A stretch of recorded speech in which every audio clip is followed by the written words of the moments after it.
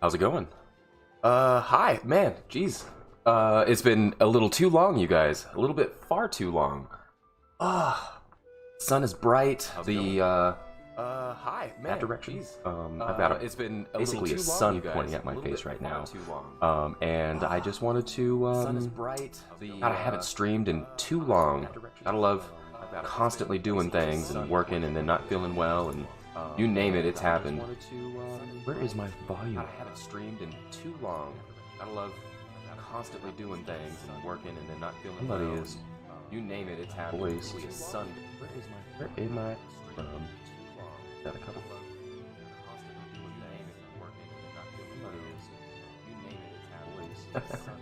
Where's your feedback coming from? Oh my god.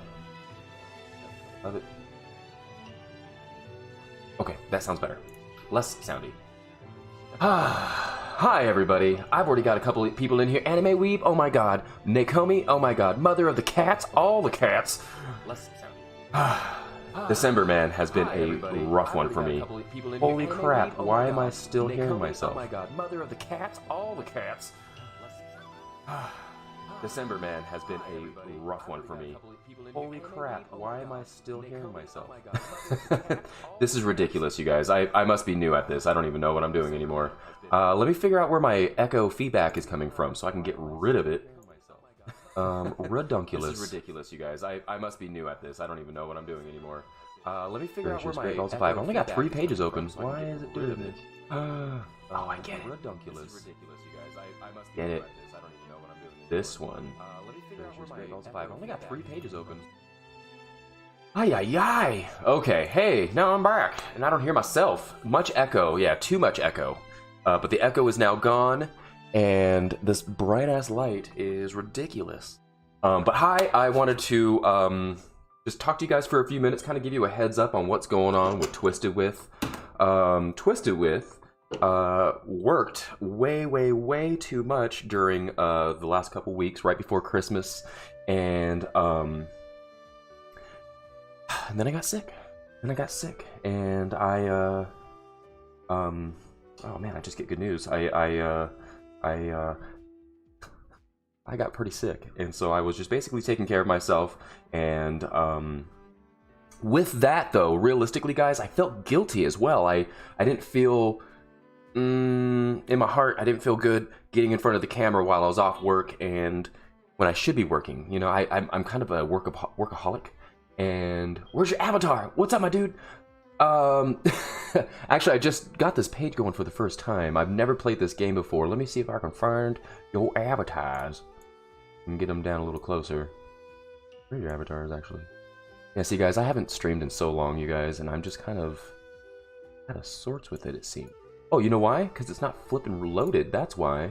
The computer's been off, too. I'm trying to tell a story here, and the story is I have been MIA because I just haven't been feeling good, and then overworked, and then guilty. God, man, gotta love depression sometimes. Depression is a real thing, and it hits Twisted With hard sometimes. And let's just say I feel better. I feel good. I feel happy. And there's everybody's things. There they are.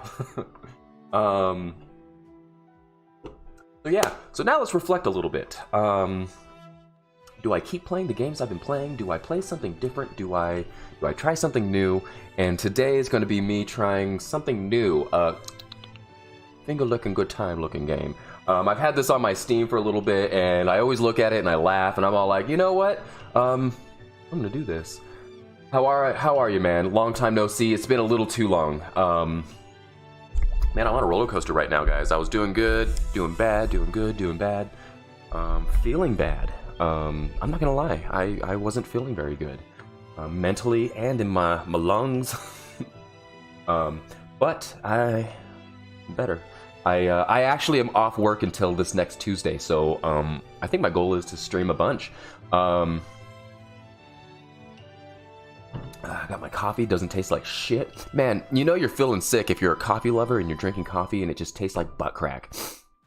And that's exactly that's exactly how I've been feeling, man.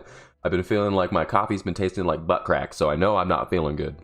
And And yeah, so that being said, I've got my chat up in front of me. If you guys are watching me on YouTube or Facebook, there's a chance I might not see your messages, but I do have it up on my screen on my phone. This is one of those darn games that takes up my entire screen, so I won't be able to see everything, all the chats and stuff while it's pulled up. But without further ado, I think we should probably start this game. Before we get started, tell us your name. My name is going to be Twisted With. Oh my god. Twisted. Oh! Can't type either. Twisted With. Oh my god, look at those chickens.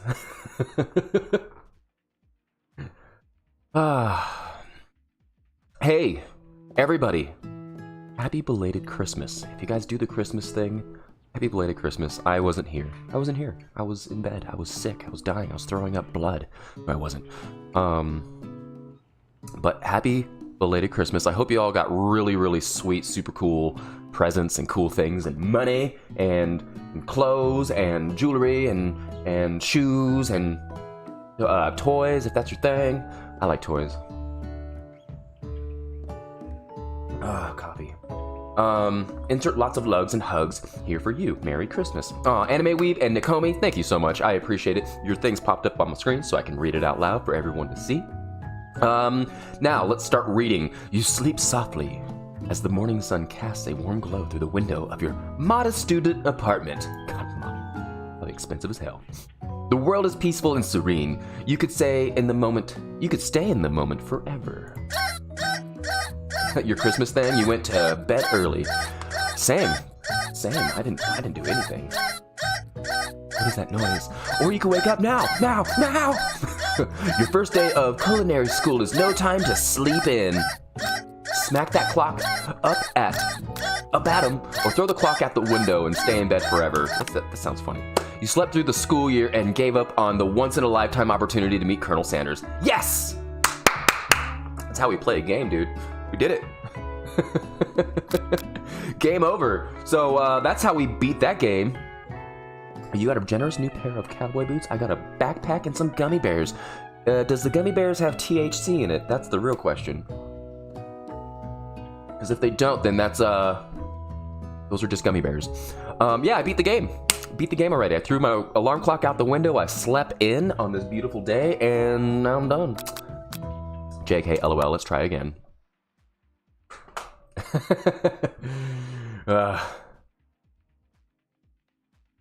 I wonder if I'll ever get to go out and dance ever again. Aw, well, you tiny little dancer you, once you get vaccinated, you might be able to.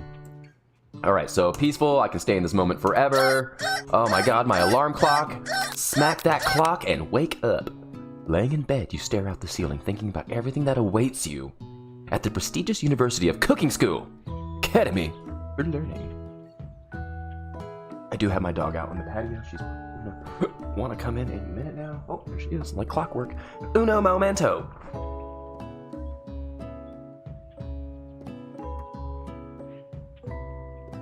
Hi, Lucy.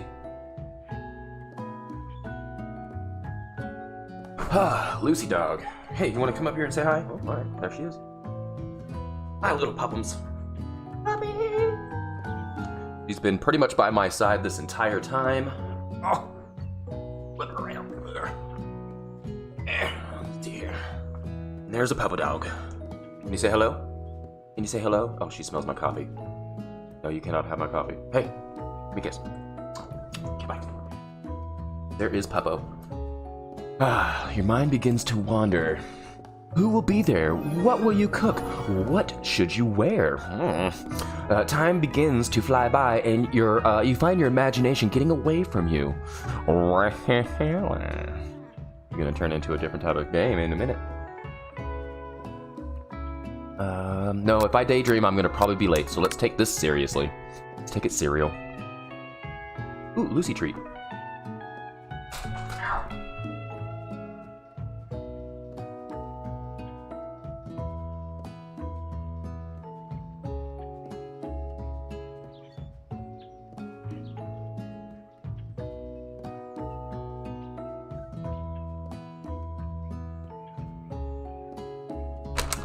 all my Lucy treats are in the back room because of the fact that I've been in my back room this entire time. Come here. Come here. You got a Lucy treat. You see her? Dad. Kissums. That's a happy dog. Happy dog, happy dog. That's your Christmas gift to Lucy. Hey, that was your Christmas gift, Lucy. Actually, I bought Lucy like this big, huge Christmas like dry bone thing, and it's massive, and it's funny because she like will guard it and protect it, but not eat it at all. You bust through your morning checklist: teeth brushed, hair combed, pits deodorized, butt crack scrub. Nothing can stop you now. You confidently grab a biscuit, strut out the door, and head off to class. Just what you need to get your blood flowing. A nice biscuit. Standing in the quad, you gaze upon the magnificent University of Cooking School Academy of Learning. Here comes your lifelong best friend forever, Miriam! She's the most adorably awkward person you've ever met, and you absolutely love her. Hi, Miriam. Good morning, Twisted With. Are you excited for the first day of the rest of your lives? Miriam sounds very deep-voiced. Actually, I'm... Because I'm sure I am excited. A little nervous, okay? Okay, a lot nervous. What's the... It's just that. This morning I made breakfast for myself, but, well, then I ate it, and I couldn't taste any love in the food. What if I'm no good? What if I fail? Miriam, classic Miriam, raised by Master Chef parents, she's always held herself to a very high standard. Oh my god, we got a new like. Thank you very much for liking my stream, Mr. Goo. Yeah, I'm playing a dating sim. Never done this before, and so far, so good. Now I'm probably gonna have to order KFC later because there's no way that you can't play this game and not want a tasty biscuit to start off your day. Wait, guys, have we been starting our days wrong? Every day wrong? Are we supposed to be having a KFC biscuit every morning? Oh my god, we've been doing this so wrong. Okay, everybody, you need to order a bunch of KFC biscuits, throw them in your freezer. Every morning, you gotta have one. Start your day off with a biscuit. Ever since we were little babies, playing together, you rescued me from that quicksand box. What? It's been clear to me that you are the most loving, caring person I know. You're gonna do great. But with the University of Cooking School Academy for Learning's famous 3-day only semesters, I'm afraid of being left behind and never catch up. Miriam, a sweet girl, Miriam, has always had a flair for the dramatic. This summer, she got so nervous about her first kiss that she chipped a tooth practicing on a mannequin. Interesting. Change the subject. Prep talk your best friend. What should I choose? I'm gonna prep talk my best friend. Remember last month when you saw the fortune teller and had our tarot cards read? The lady with the mask who gave me nightmares? I've been trying to forget. I know she looked spooky, but she was so sweet. And she told you that you were designed for great things. Remember? And the card with the fancy looking tower? And that other card featuring the handsome fellow in the red suit? I've been waiting for so long to meet that handsome fellow I could call my own. Miriam. And I'm sure you will soon. In no time, we'll be graduating, and you'll be delighting the world with your heartfelt cooking in no time at all. As you talk up Miriam, you can feel her nerves begin to ease. Aw, see, that's what friends do. They talk about boys in red suits and tarot cards. Ugh. Sleepy Semi. Sleepy, fuck man, I miss you so much. Boss. Okay, here it goes. I'm getting called out for playing a dating sim. Yeah, I'm doing it. I'm playing. Oh my god, I love you, Colonel Sanders. Get your hot, tasty chicken in my mouth. You know what? Maybe everything will be okay after all. And if not, at least I have those killer bangs. Let the man practice his skills. I know, I'm trying to diversify a little bit. All you guys just popping in, I've obviously been gone for a very, very, very, very long time. A little too long for Twisted With. Sometimes I have little breaks and such, but I got sick, and and then I was overworked, and then I just felt guilty, and then I was down. Recapping, but now I'm good. Now I'm playing a dating sim game because I want to. That's all it is. The real question is, why aren't you playing one boss? Yeah, boss model. Why aren't you playing a dating sim game? You know, there's another dating sim game that you're a bunch of birds, like pigeons and stuff, and you gotta like date the birds and such. I might try to find that one. It's like, I don't even know the name. It's some super Japanesey kind of name, but yeah. Anyways, back to the game. Back to being Miriam. Let me get my Miriam voice going. Because you believe I cut them myself. Oh, can you believe I cut them myself? Miriam, you definitely can believe it. Jesus Christ, Miriam. Use a mirror next time, Miriam. I, cannot believe it.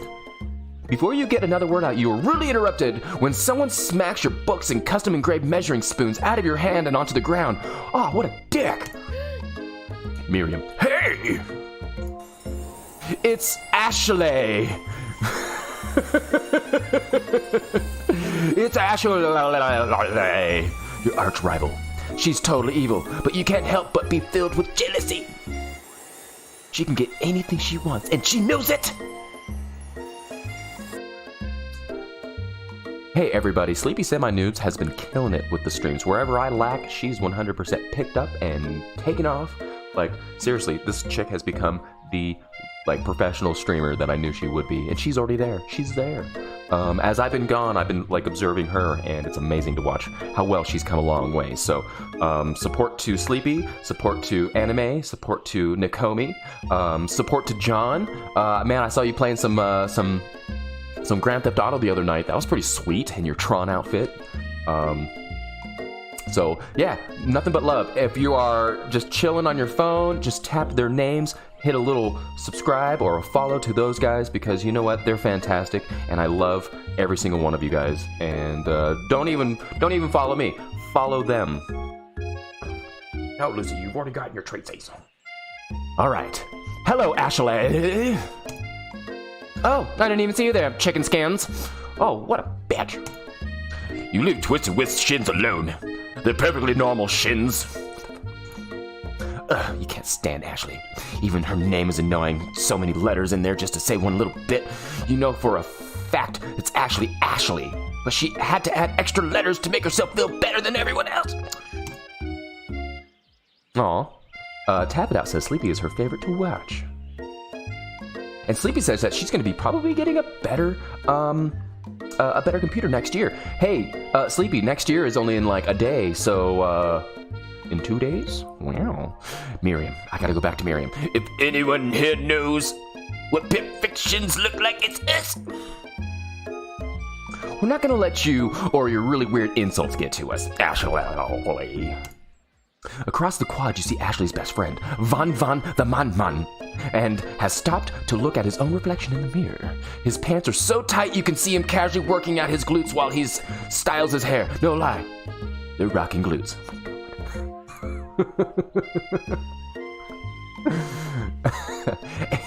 Van. You rang. Oh my god.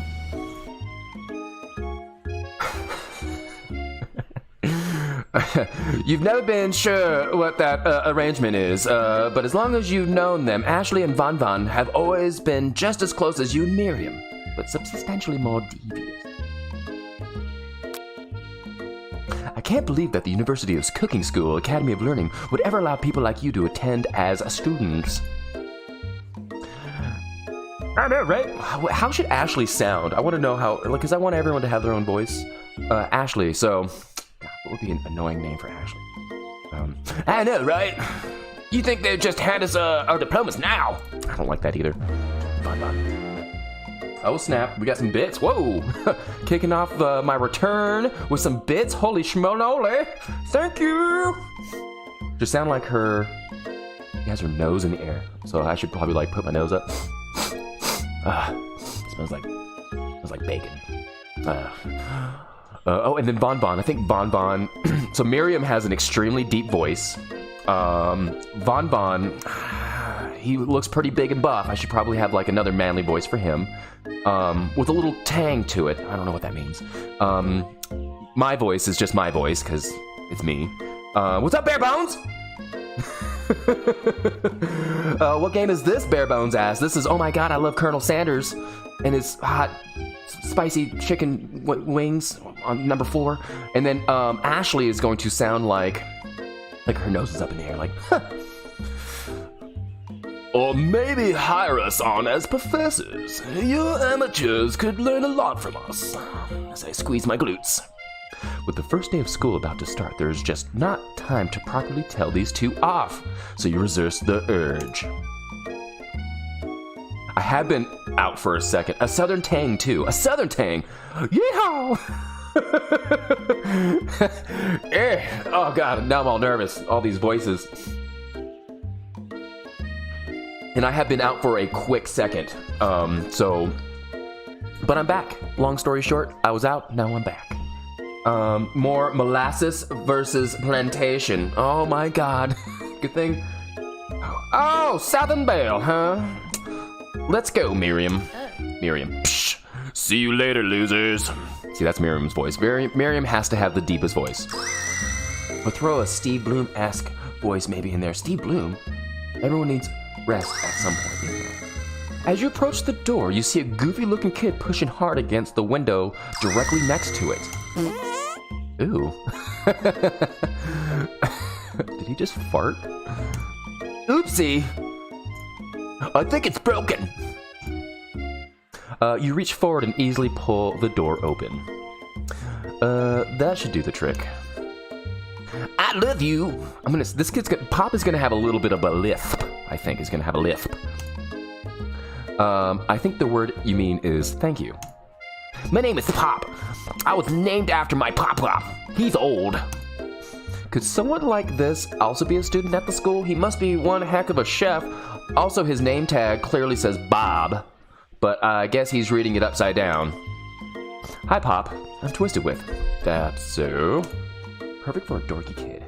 Are you gonna make me hold this door all day? Nope. And with that, the young man walks into the building ahead of you. Miriam. Is it just me, or is he kinda cute? I think it's just you, Miriam. You both shrug your shoulders before following him into the building. You stand at the edge of the room, unsure where to sit. Other students wander in and keep themselves busy chit-chatting. Okay. A scruffy-looking pooch takes his place at the podium at the front of the class. Adorable. Oh my god, there's a puppy dog! Sprinkles is his name. Oh my god, Sprinkles the puppies. More of a wedge of a voice. See, I watch a lot of My Hero Academia, and there's one guy in there, and he's got the purple ball hair, and he throws it and stuff. And I think I know his name. It starts with an M. It's like, I forgot. Anyways, he kind of talks a little bit with a lisp. Okay, so we're gonna have Mr. Sprinkles sound like, maybe like an English professor. Like, now, quiet down, everyone. Minata. I think that's right. Yeah, you got that right, Bare Bones. you know you're my hero pretty well. I think I'm actually almost done with season 4. I'm all caught up until season 5 comes out next year. Yeah. Now, quiet down, everyone. Oh, there we go. Who's this unreasonably cute pup? And why is it that he is in our culinary class? He's gonna get puppy fur all up in my chickums. Oh, Nightbot's back on the clock. You are an anime weeb, otaku. Yes. Hey, you know what? So am I. Miriam. You must be Sprinkles, head instructor and CEO of UCSA. Oh, thank God they abbreviated it. Oh, puppies. Please, call me Professor Dog. I may be cute and a little fluffy, but I still demand respect. Woof. English Corgi needs to be an English voice. Okay. What? A cute dog is our professor? This is the best school ever. I guess only a dog's nose is capable of picking up all the nuisances of fine dining. Out of nowhere, the wind begins to rush around you and a swirl of cherry blossom petals fill the air inside the classroom. Who left the window open? Pop, I'm chilly. Someone close the window. And then, he walks in. Oh my god. You're immediately swept up in the aurora of this new student and his remarkable goatee. Who knew anyone could be so handsome? Time stands still. Miriam, it's him. It's Sprinkles. If it isn't my favorite student, Harland. Colonel Sanders interrupts Sprinkles. Sorry, Professor Dog. Oh, I read that wrong. Colonel Sanders interrupts Sprinkles. Sorry, Professor Dog, before he could finish his sentence. Harland, please call me Colonel. I don't know how to do a Southern Belle. How do I do a Southern Belle accent? Hey there now, sugar. No. Come on now, sugar. I don't know why that's the first thing that came to my mind when I was trying to think of like a Southern. Oh, now, sugar. Sexy Sanders. Oh my god, super sexy Sanders. Anime Sanders. Yeah, that's a hot Sanders. Compared to the one that we have in real life, you guys, like maybe this is what he looked like when he was younger, and then he got older, and now we've got the Sanders that we have on like our KFC buckets and stuff like that. Colonel Sanders. Colonel Sanders. Sugar? A hushed murmur rose through the classroom as Colonel Sanders walks down the aisle of desks. Suddenly, the room is sweltering. Sweat beads begin to cross your brow. You feel like everyone is looking at you, and you're not entirely wrong. Ashley. And this over here must be sweaty sweat a lot. Maybe we could open that window back up before Faucet Pits melts into a puddle and evaporates entirely. That sounds like a little bit like a nose is stuck up. Ashley. Oh, that was Von. Shit. I'm getting ahead of myself, you guys. Miriam. Hold on just a second. Nobody talks to my friend like that. Hey, you two both know my name. We're in the same kindergarten class. What is with all your really weird insults? Besides, when Twisted Whisk sweats, it's not gross. It's beautiful. Fuck yeah. When I sweat, it's a beautiful thing. Oh, God, that's so beautiful. Oh. This deodorant only masks my beautiful sweatiness. Look at that shimmer. You take a moment to clean yourself up. Okay, we're good. All right. It's a good thing you didn't forget about that deodorant this morning. This is a classroom is hot.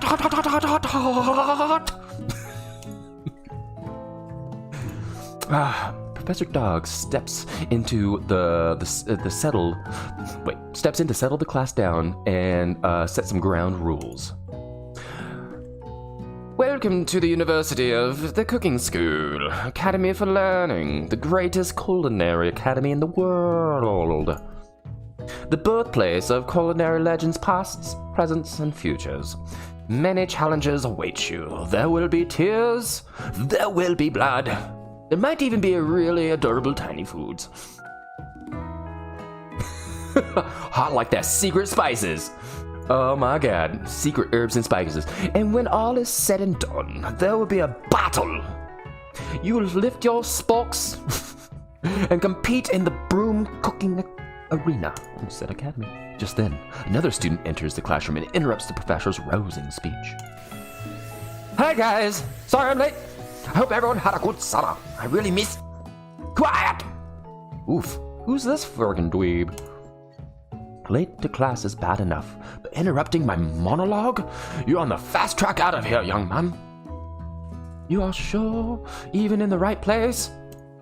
Student. Don't you recognize me? This is my third year in this school, and you had me as my teacher. Everyone stares at him blankly. Man, these voices are... roughing up my throat.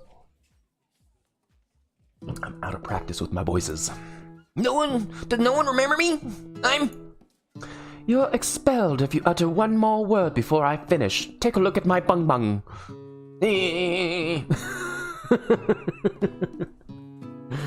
I'm winking at you right now. Brown eye winking. Let that be a lesson to you students that tardiness is unacceptable.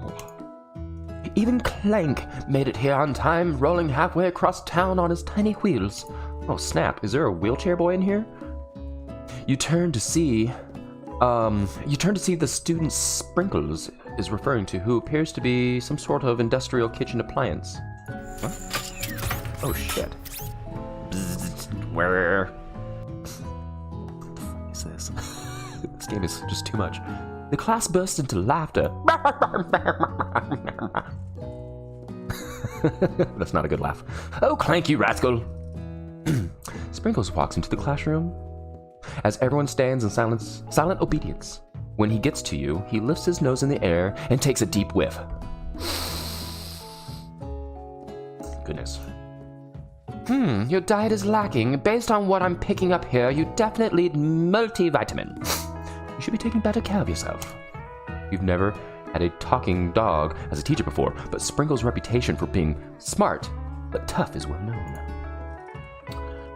You decide to try and butter him up by giving him a treatsies from your pocket. But what kind? Beef treat, rubber ball, chicken snack. I'm gonna let you guys decide for me. Beef treat, rubber ball, chick'em snack'ems. What should we do? Doop, doop, doop. 1, 2, 3. 1, 2, or 3. 1, 2, 3. I'm gonna give it just another minute to let you guys choose. Beef. We've got a vote for beef. We've got a vote for ball. Oh god. If we have a vote for chicken, we're gonna have to do this again, you guys. Beef ball, beef ball, beef ball, beef ball. If I can get one more of the same one, I don't care which one it is, we're gonna choose it. Beef, rubber ball, beef, rubber ball, beef, rubber ball, chick'em snack'ems. Which one's it gonna be? Which one's it gonna be? Alright. One more second. 5, 4, 3. Flip a coin. Oh shit, that's Sleepy Semi-Noob. This is why you're a professional. You're freaking smart. He'd be insulted by treats. Oh, see, Nakomi's got some good insight. So instead of a chick'em snack'ems or a beef treat, a rubber ball, do I have a coin anywhere near me? Damn it, I don't.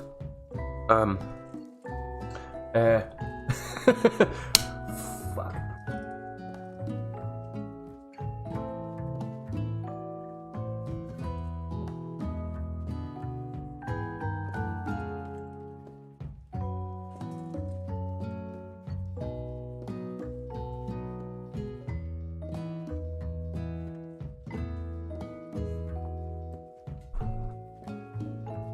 Oh, I had to go to my coin jar and get a coin. So, everybody see the coin? It is a quarter.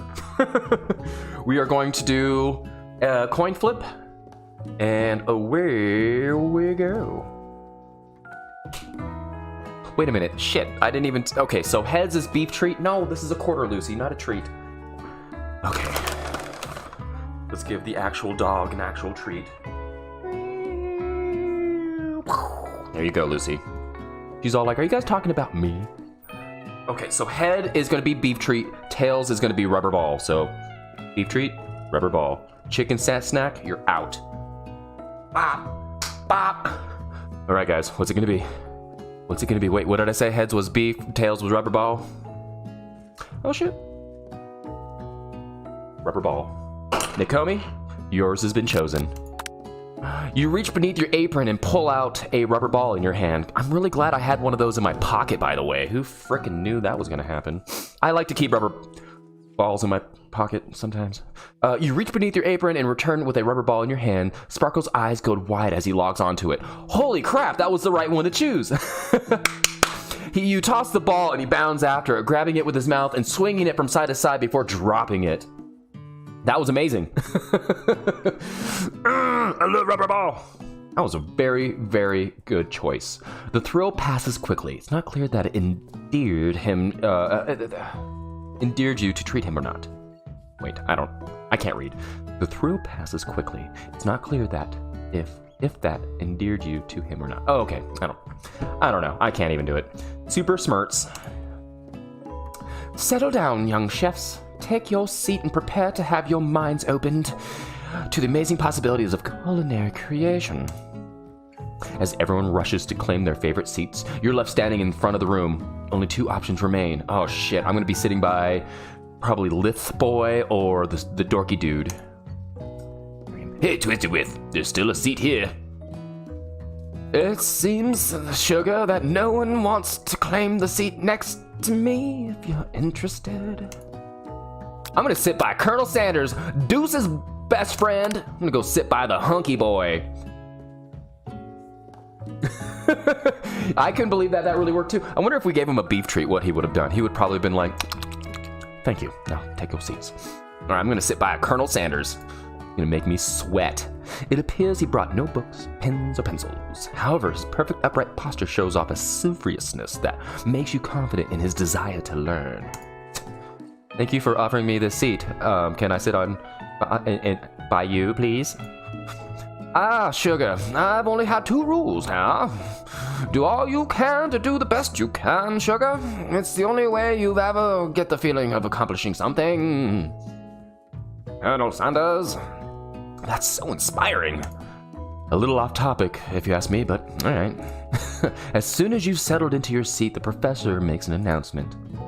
Think fast, it's time for a pup quiz. See what I did there? It's a pup quiz.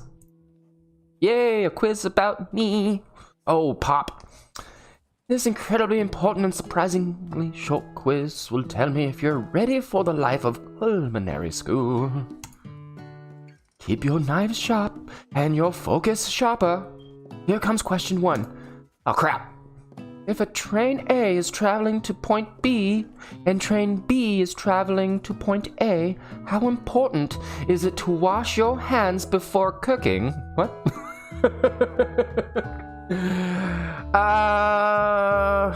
Okay, so traveling A to B, B to A, how important is it to wash your hands before cooking? Meh, depends. Extremely, looking at you, Pop. Doesn't matter at all. I think the obvious one is going to be the middle one, extremely important. You always want to wash your hands, there's COVID about. That's right. Forest is to tree as chickens is to... a slam dunk, night vision goggles, or feather. Forest is to tree as chicken is to blank. Shit, this is a tough one. Night vision goggles? No, maybe? Night vision goggles? Feather or a slam dunk? I'm gonna say feather, because chickens have feathers. That's right. What is the most efficient eating utensil ever created? A comically oversized fork, a meat tenderizer, a spork. Hey, I'm gonna say spork because whenever you order anything from KFC in real time, breaking fourth wall right now, you get a spork. Lucy, go away. You got treaties, you got walks, you got foods, you got sunlight, go. Yes, there's a dog on the screen, and we're gonna pretend it's you. You gotta go. You gotta go. It's just not listening. She never really listens. I kinda got a bad dog over here. Go! Alright. I'm gonna say a spork. I'm gonna do a spork. That's right. Oh, nice, because it's a spoon and a fork. What food is best for a broken heart? Oh, god damn it. I personally like to use things with peanut butter because I feel like peanut butter fills the cracks of your heart. Broken heart. Okay, so anything as long as it's prepared with love and not too much salt. I like salt. Camel meat. Oh, a pancake that looks like a silly face. Oh my god, this one's a tough one. I need you guys to sound off in the comments below. I will give you another minute. What is your favorite food to eat when you, fourth wall break, when you have a broken heart? I want everybody to sound off, if you're able to, in the comments below. Even if it's not one of our choices on here, what is your favorite food when you're feeling down that you eat that makes you feel a little teeny tiny bit better? I will wait. I'm gonna keep the screen here for a second so you guys can sound off. Personally, I grew up loving hamburgers. So a tasty hamburger always makes me feel really good.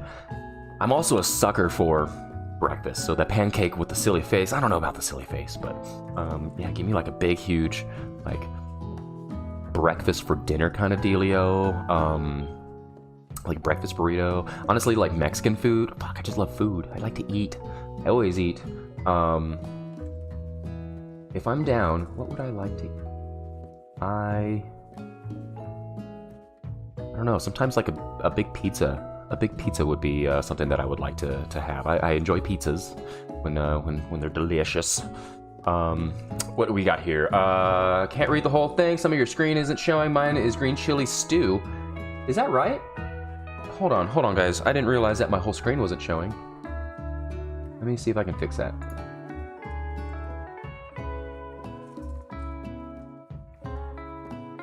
Oh wow, that's because I'm a dum-dum. Look at this. I should probably hit the screen. There you go. That's better. Oh my god. Goodness.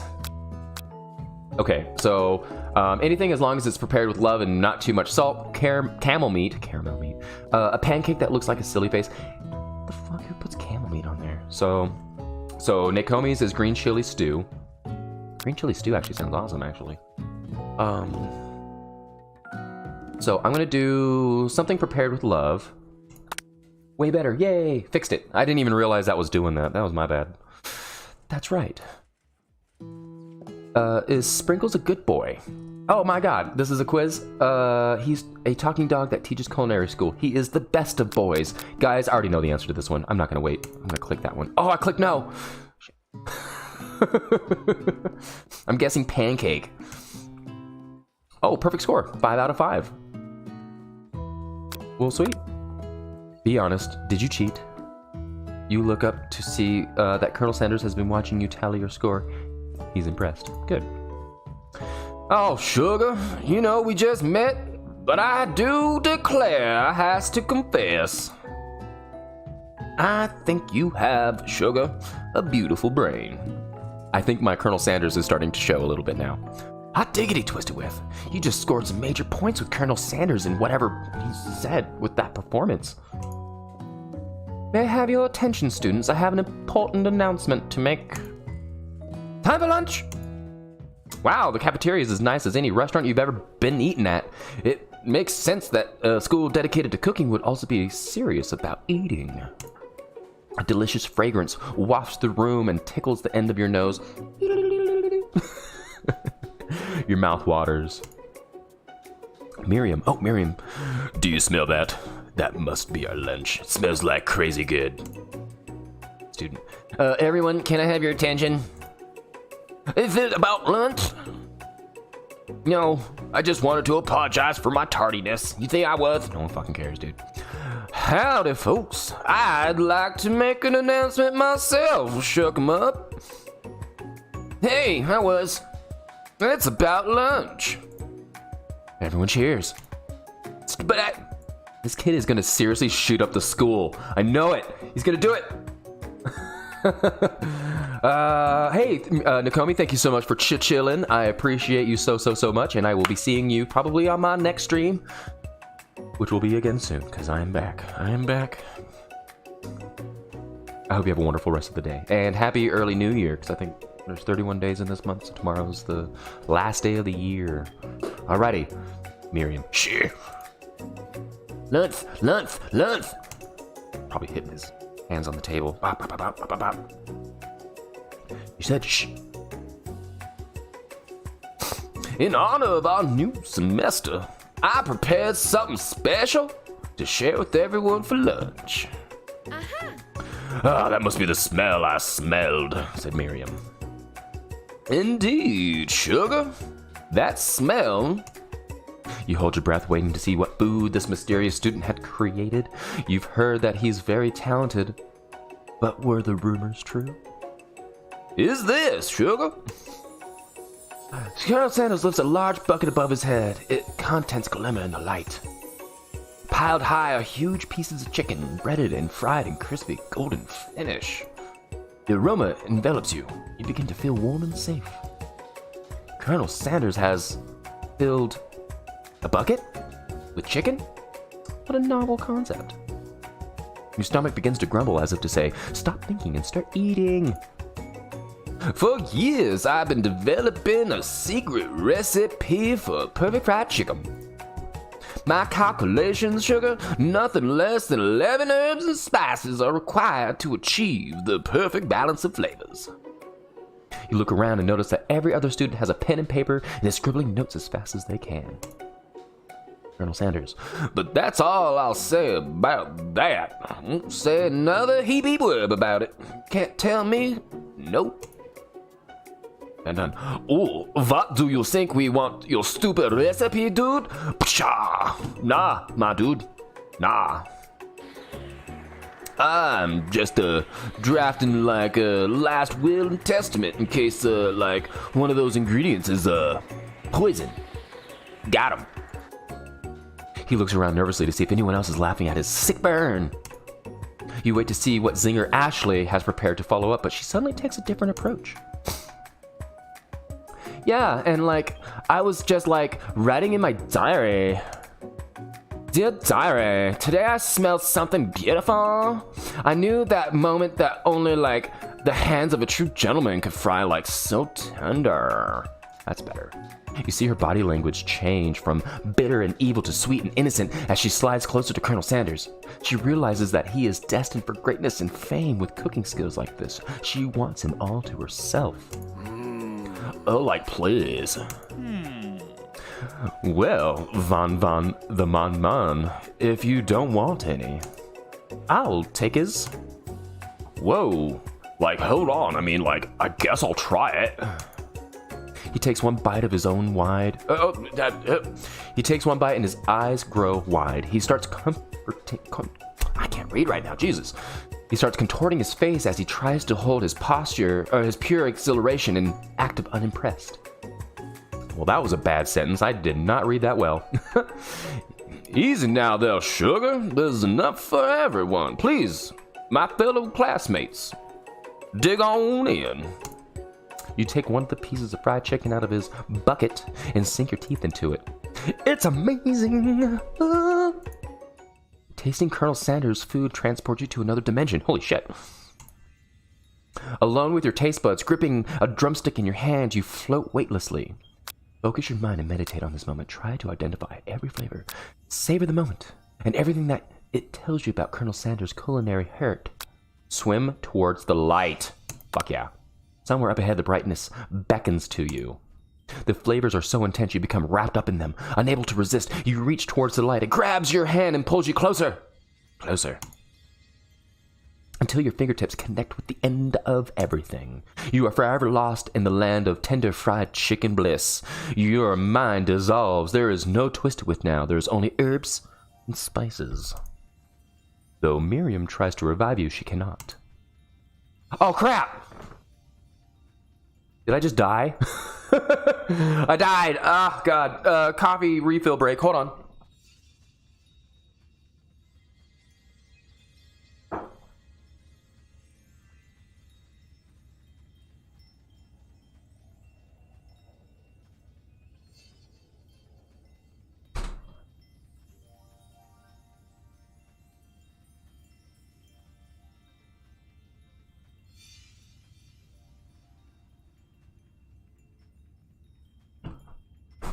Okay.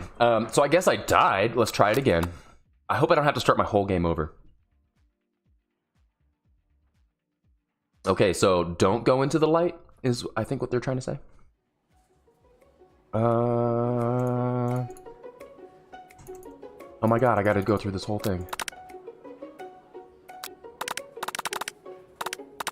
Can I just blast through all this? I don't want to have to reread everything I just did. I can just hold it down.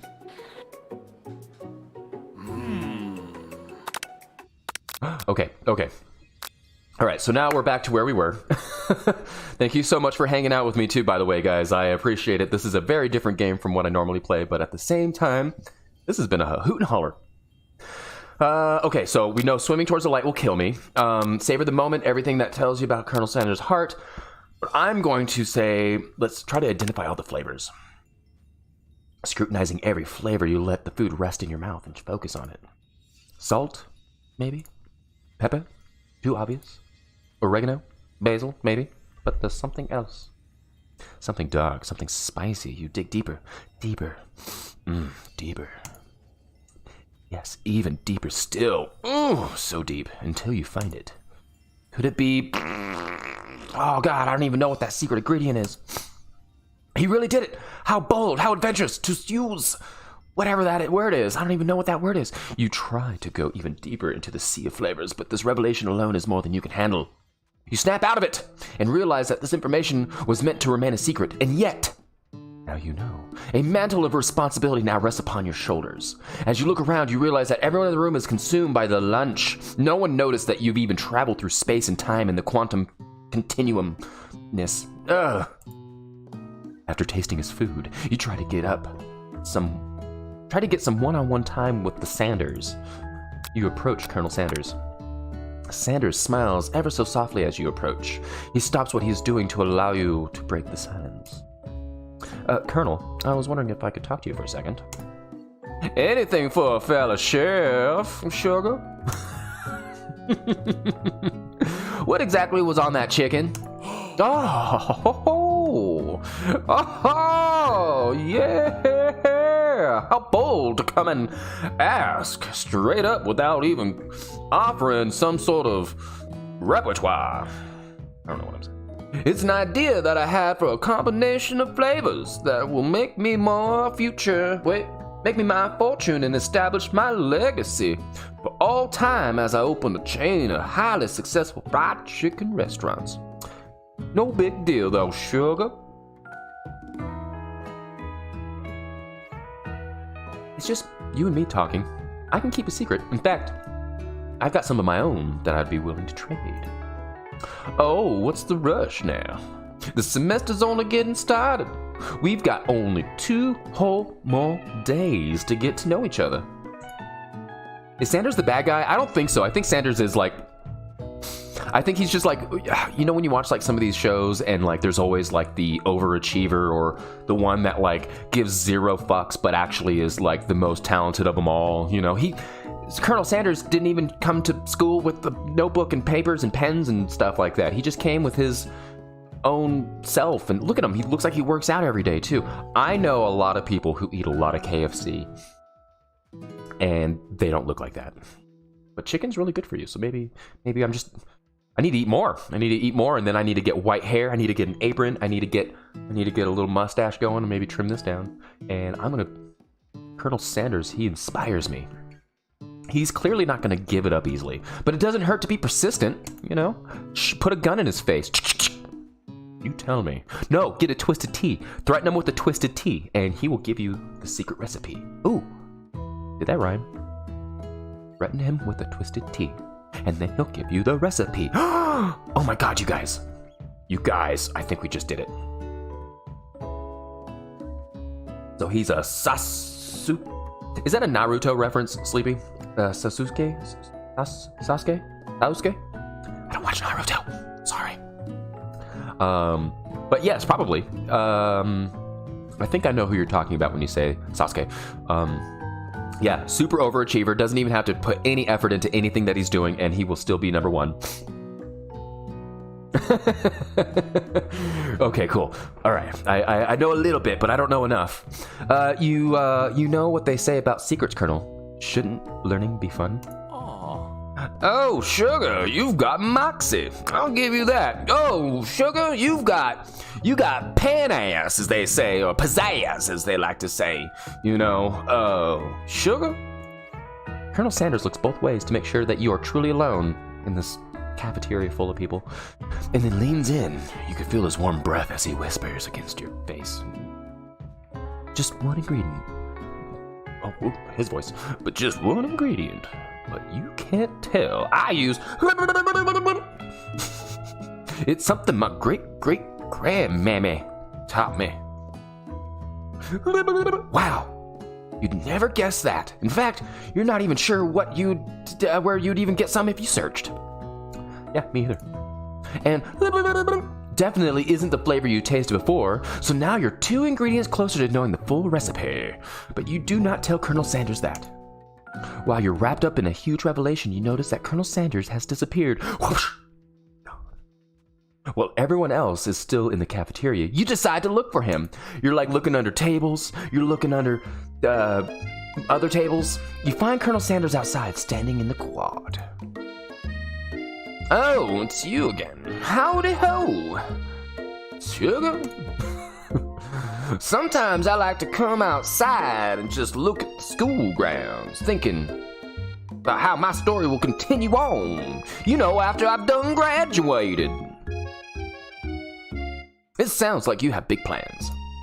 I dare say the biggest, sugar. I will leave my mark on this world. You can bet on that with the turtle kind sort of thing going now. Alone together for the first time, you figure out now's the perfect moment to show him your personality. Whip out your personality and set it on the table. Neg him to show you your own strength. Wow him with a big idea to add an additional ingredient to really spice things up. Be modest but thoughtful. I feel like the middle one is not correct. The middle one, he's got the perfect ingredients already. He is not going to want another one added. But be modest or neg him to show your own strength. I'm going to be modest. The last time I whipped out my personality, everyone just kind of looked at it, pointed, and laughed. Anyways, well, I just wanted to tell you that I really enjoyed your food.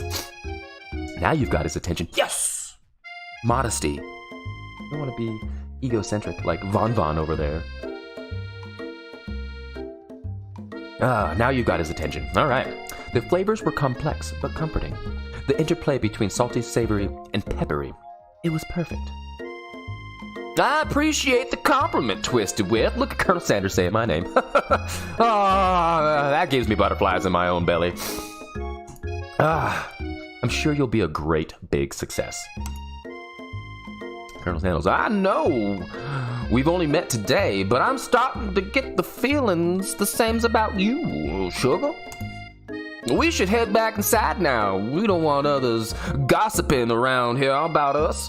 The next lesson starts real soon. You step into the massive cooking area where the afternoon lessons will take place. Each student gets an oven and all the tools and ingredients they could ever need. Holy schmackerel, look at that kitchen. Miriam, look at this place. It's magnificent. Finally, we get to show off our stuffs. Wait a second. Oh no. We have to show off our stuffs? What if I really blow it? You're not gonna blow anything. Except maybe kisses to the crowd of fans you're gonna earn with your signature adorable tiny food creations. Welcome, students, to the cooking arena. For today's lessons, we'll be cooking with partners. Hurry up and pair off. Naturally, Miriam looks over at you, but unable to control yourself, you pounce on Colonel Sanders. Fuck yeah. Hey, Colonel, would you like to tackle this lesson as a team? A team of two? That is, me and you, if it wasn't that clear. Want to be my partner? Aw. Sure then now, Twisted Wit. I'll prepare our stations, sugar. Without you as a partner, Miriam is left standing all alone. Two different students quickly take notice. Hello, new partners. And then the stove. Beep, beep, boop, beep, beep, boop. Oh my, two potential partners. I'm sorry, gentlemen, but I don't know who to choose. Looks like you'll have to pick for her.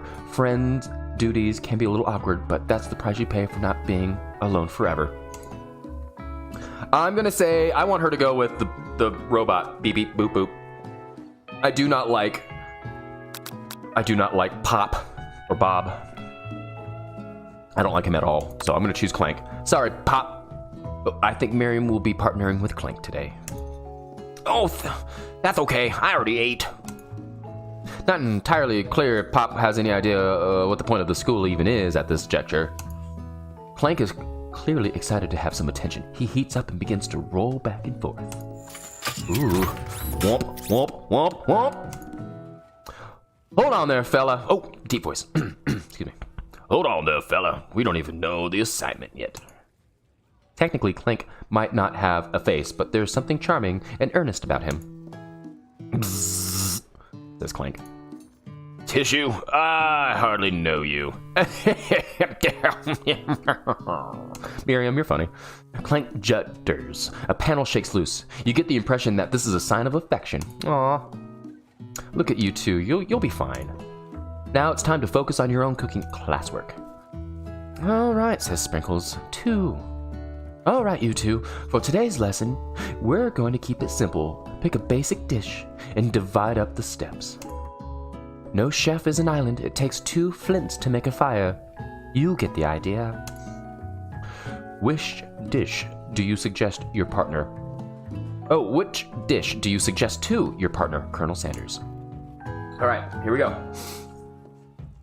All right, so steak tartare seems easy enough. It's fancy, and you don't even need to cook it. Using octopus will blow Colonel Sanders' mind. Your grandmother's mashed potatoes and gravy. So, with this being a KFC kind of game, I'm gonna do mashed taters and gravy. I've always been something of a down-home chef. I was thinking we could make something warm, inviting, and comforting. Maybe mashed taters? Mashed taters! Mashed taters for the win! And gravy! Oh, sugar! I couldn't imagine it one without the other. Colonel Sanders casts a coy look at you, causing your whole face to go beet red. Embarrassed, you quickly turn away. I'll go get the taters. No, please, sugar. Let me. Picking the perfect produce is one of my passions. Shuck 'em up. Looks like things are getting pretty fresh around here. Does someone have, like, a crush on Colonel Sanders or something? We're just cooking partners. Mind your own business. Actually, Sanders' heart is my business. And you better keep your finger-licking fingers off my man. Did someone call for me? No, Jazz. Van. Like, while I'm over here crushing Twisted with dreams, you're, like, supposed to be taking care of our classwork. That's the deal, remember? Ashley's voice just changes all the time. I don't even know. Colonel Sanders returns, arms full of peeled potatoes. He tosses them into a boiling water and turns his attention to you and your old friends. No, howdy there, Ashley and Van. Are we working in a quartet instead of a duet now, huh? Actually, no. Like, it's like Twisted Whip was, like, struggling, so we offered to give him, like, a hand. You know how it is. These young amateur chefs, they need, like, a lot of mentoring. I was gonna say, Colonel Sanders, maybe I could, like, teach you a thing or two about fancy food. Maybe one day you might, like, be able to get up to my level. I doubt it, though. I'm gonna flex my butt cheeks. Don't be rude like Van, just. Personally, like, I have, like, no doubts whatsoever that, like, Colonel Sanders' ability to, like, concoct creations worthy of administration. After all, your fried chicken was, like, quite spectacular. But, Colonel, if you ask me, I might make a better partner for you than this thing that has, like, positioned itself at your station. Don't, like, you, like, feel deep down? God, I can't do it. But don't, like, you feel like deep down that we're, like, complementary shadows and stuff? Like, we fit together, like a thigh and a drumstick, you know? It's just like it, like, makes sense. Nothing about this makes any sense. But one thing is clear, she's coming for Colonel if you don't watch out. Ashley is, like, really going at you hard. You need to ask for some backup here before things get ugly. You turn to Colonel Sanders, hunk of hunks, in your time of need. Turn to Miriam, your forever bestie who's always got your back. I'm gonna choose bestie, but even though I just totally bailed on my bestie twice now, fuck, this is a tough one. Colonel Sanders or bestie? Colonel Sanders or bestie? Colonel Sanders or bestie? Bestie. You turn to Miriam, and as soon as you find her, she senses it and looks back. This girl's friend in need radar, second to none. She immediately comes running over. Hey, is somebody threatening my friend? I will not stop!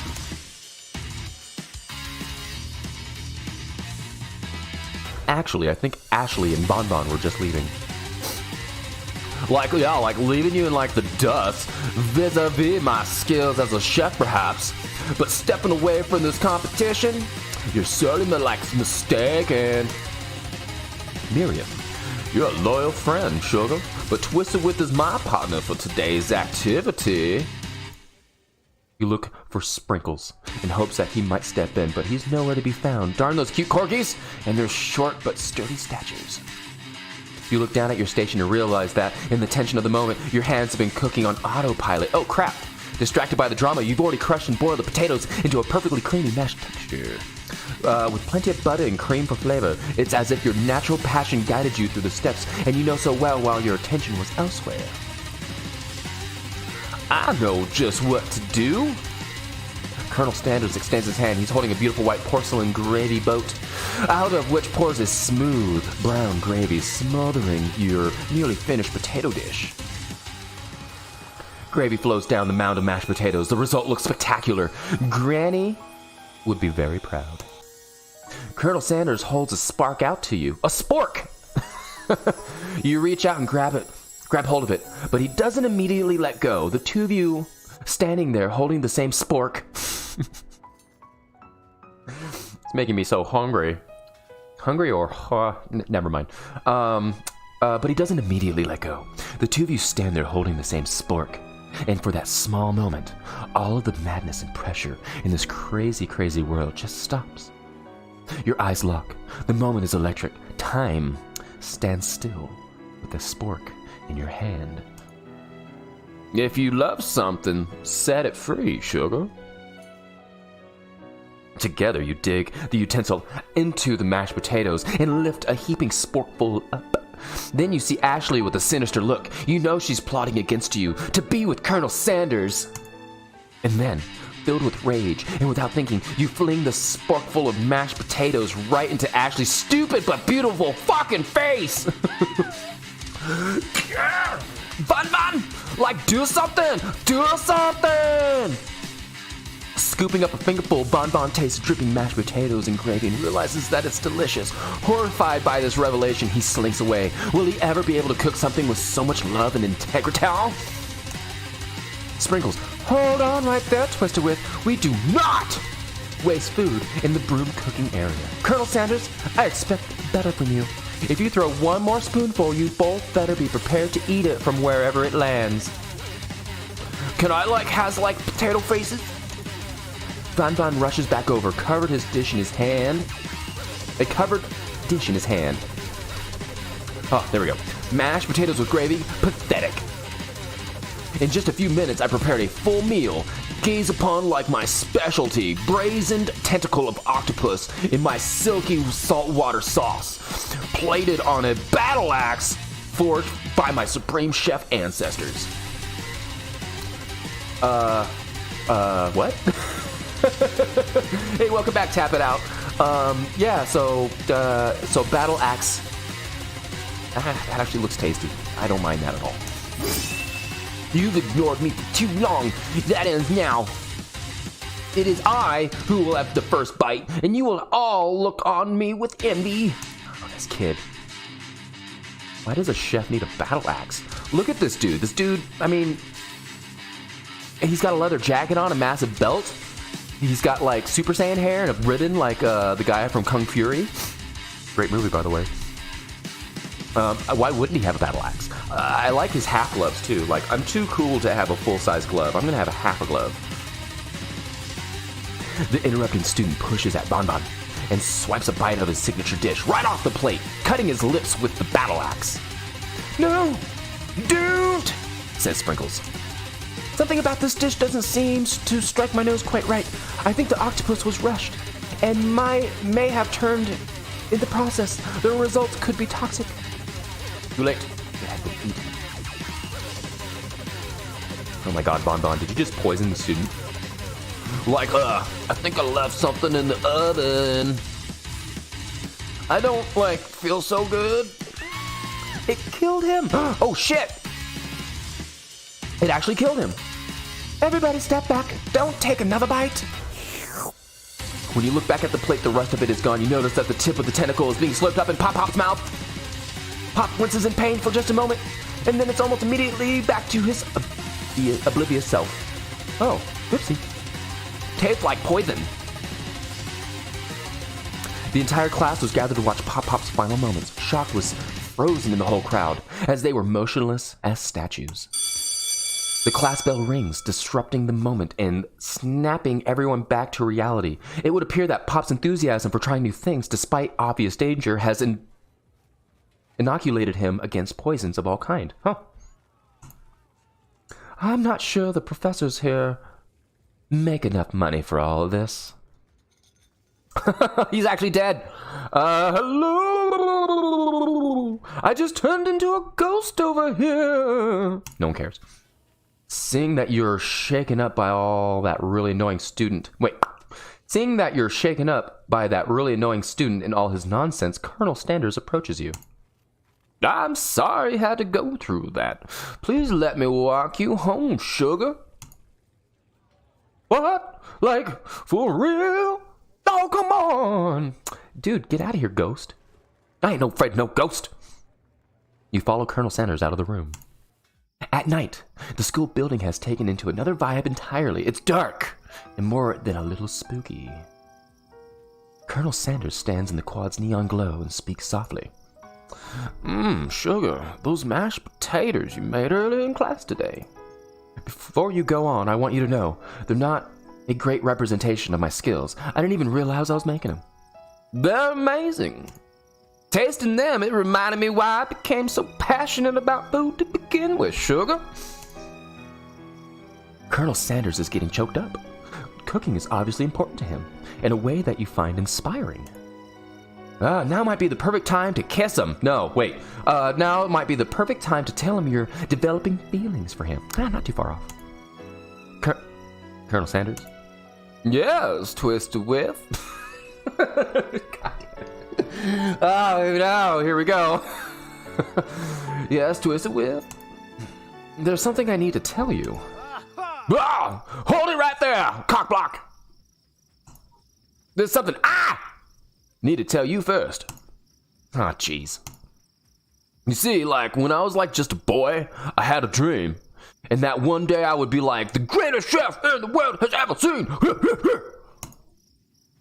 And every day since I've been like working towards that dream, day and night, never stopping, never resting, also lifting lots and lots of weights. So like so many weights. We should follow our dreams with all of our heart, sugar. That our soul may grant them like wishes floating on a shooting star down onto my plantation, sugar. Shut up, like, I'm the one here to say inspirational stuff and, like, be the star of the story and stuff. Look at my hair. We're forgetting that your cooking, like, literally, like, killed a dude? You can't prove that. Not in a court of jury and law and stuff. Like, you got no witnesses. I also saw you kill that guy. What was his name?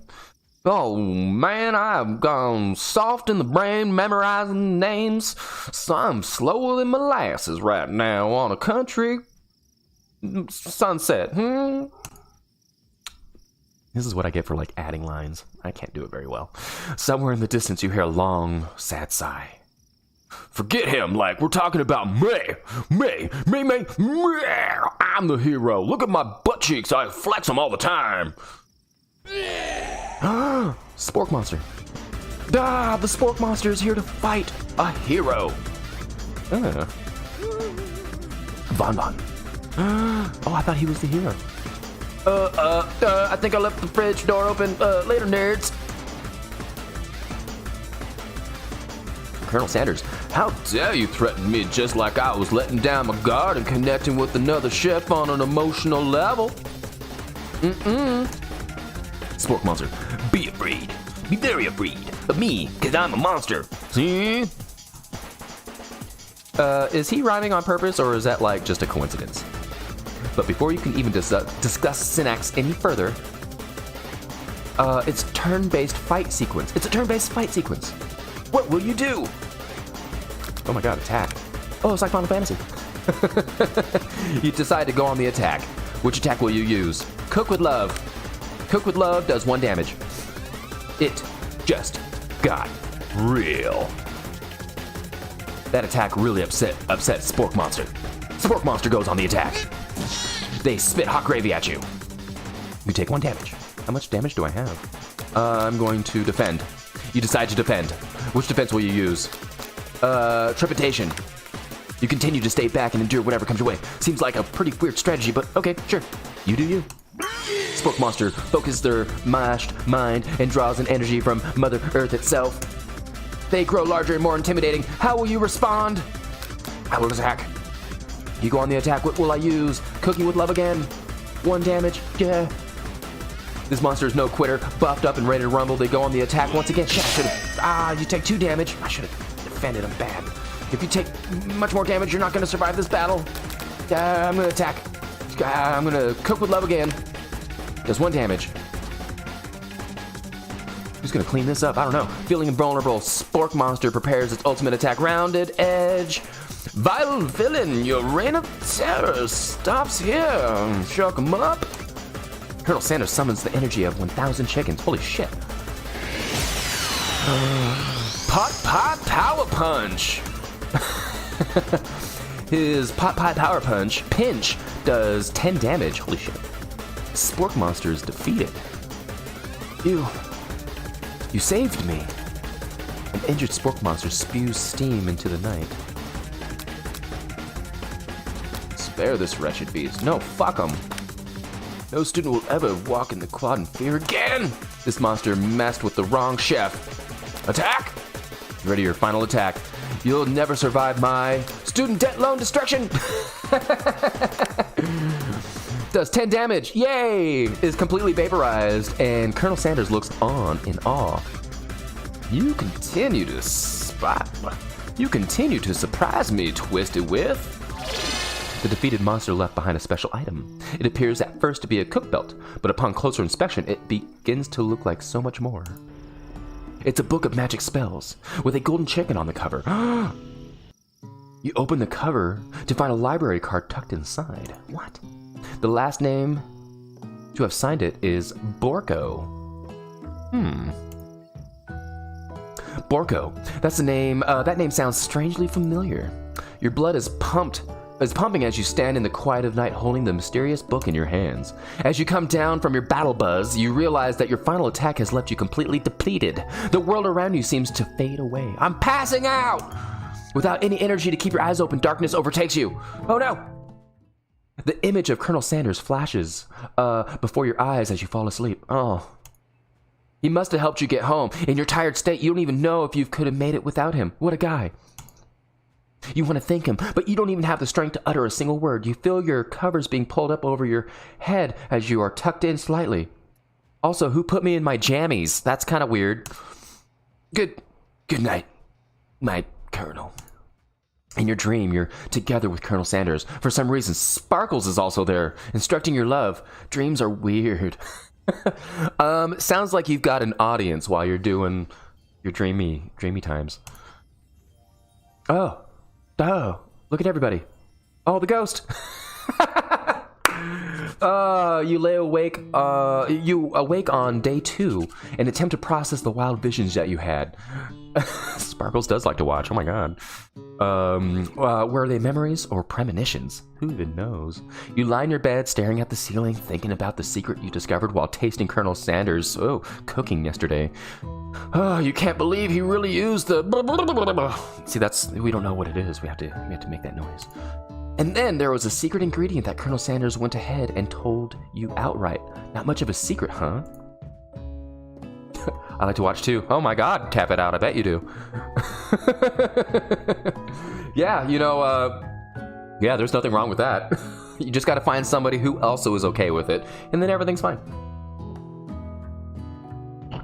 Alright, it's probably just because he already trusts you so much. Sure, that makes sense. We'll just go with that. You meet up with your bestie in front of the school. Before you can even tell her about your encounter with Spork Monster, she launches into her own story. Alright, this might sound a little strange, but I think I might be, I think I might like Clank. Holy crap. Did she just say she likes the robot dude? Like him? Like? I know, it sounds like it's moving too fast, but there's just something about him. It's like, I like him. God, you can get stuck in saying that a bunch. We got to talking after class, and he's actually totally sweet guy. Not only that, but he's like real smart. He told me all kinds of stories about Colonel Sanders. Did you know that Colonel Sanders was like the most popular kid in his high school? Didn't know that. No, but that does make some sense, says Twisted Whip. Yeah, but like he's so popular that he was like voted prom king at a school he didn't even go to, and was like also the convertible that he himself wrote in at the front of the homecoming. Sorry, I'm a bad reader. Yeah, but he was so popular that he was voted prom king at a school he didn't even go to, and was also the convertible that he himself rode in at the front of the homecoming parade. What? I'm sorry, I fucked that one up. I'm thinking maybe something got lost in pressure cooker language translation there. Oh, maybe that sentence just like totally... Either way, maybe it's just best if you took it slow with this new boy. Like, I am with Colonel Sanders. I'm taking it slow and steady and hot and heavy, and you need to slow it down with your robot boy. You and Colonel Sanders, like the coolest guy in school? The most famous student to ever attend University of Cooking School Academy for Learning? You're a thing now? Oh, it's killing my throat. Every time I take a sip, it's like, it soothes my throat. Yeah, we definitely connected yesterday. I'm sure you did. You're great. Why wouldn't he be into you, I guess? Laughing at the implication that you and Colonel Sanders might be a thing, this is definitely not cool. You are great! And so are you guys. Everybody, you are all wonderful. You have an idea about how to prove that your love is real. Well, if he's not into me, why did he tell me one of his secret ingredients? However, you don't tell her that you know a secret ingredient, or you don't know a second ingredient too, which you discovered on your own. Your bestie's eyes light up. A secret ingredient? Yeah, I just said that. A secret ingredient. Is there a dramatic echo in here? Miriam checks to make sure we're alone before continuing. So this summer, while I was on vacation with my family, a lovely man approached me in the botanical garden where I was wandering. This can't be good. He told me all about his passion for spaces, secret spaces. The man even gave me some to show me what he meant. He said it was a powder created from super duper rare dried flower petals, and then if I did him a big favor, I could have some of my own. Please, Miriam, don't tell me. So I filled my suitcase with them and brought them home. He was so nice. He even met me at the gate when I arrived. Later, I cooked with them. Excuse me. A very strange feeling came over me, and the flavor was unlike anything I had tasted. I think you're being very liberal with the meaning of spices here. Whatever. Anyhow, we both share an interest in cooking, so we've stayed in touch, you know, like pen pals. I bet he would love to know more about these new spices. Well, I'm definitely not supposed to share Colonel Sanders' secret recipe, and besides, I only know the one ingredient, so I doubt it'll be much use to anyone. Please, please, please! It would mean the world to me. No one has to know it came from you or from Colonel Sanders.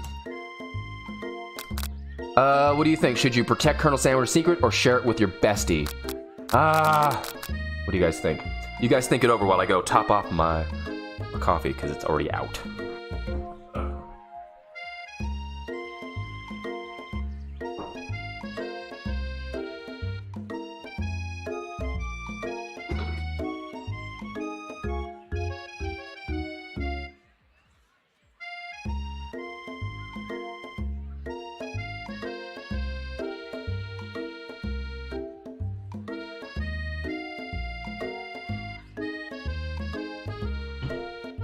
I also closed my screen door too because it's kind of chilly and I actually am dressed, but still kind of cold. Alrighty, what are we gonna do? Secrets are meant to stay secret, so I'm gonna make up a fake ingredient. I just got Colonel Sanders' trust. I don't wanna lose it. And Semi-Sleepy Noob definitely agrees with me. We are not going to expose the secret. It was an Eye of Newt. I know, sounds like some kind of witch potion, but what can you do? Eye of Newt, wow. Her eyes light up imagining such a thing, and you figure out that you satisfied her curiosity and she'll move on. However, she immediately turns around and does some thumb typing on her phone that you can't quite see. That's probably not good. Before you can ask her to confirm what she was definitely not texting secrets to other people, you're interrupted. A wind rushes in, cherry blossoms fill the air. Oh no, it's my boyfriend. Yeah, betrayal's the fastest way to destroy a heart. True. Very true, Sleepy. It's Colonel Sanders. He's arriving at school. On a horse. Where do you keep that thing? Stand back and admire his majestic glory, or run to him. Running to him feels a little bit desperate. I'm gonna admire him. Colonel Sanders. Horse is truly a thing of beauty, too. Wow.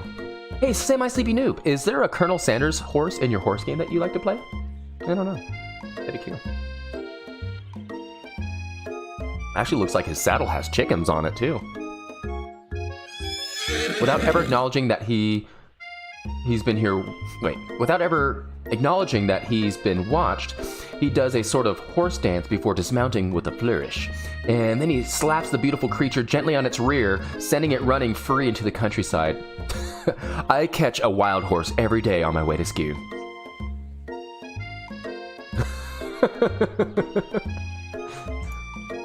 You are so struck by the sight of him that you lose the ability to speak coherently. Oh, hey there, sugar. I didn't even realize anyone was watching. Don't worry, though. He knows his way home. I taught him on my way here. He's a wild horse, actually. I don't even have to break him. They break themselves. You attempt to compliment Colonel Sanders, but the words don't even come out exactly right.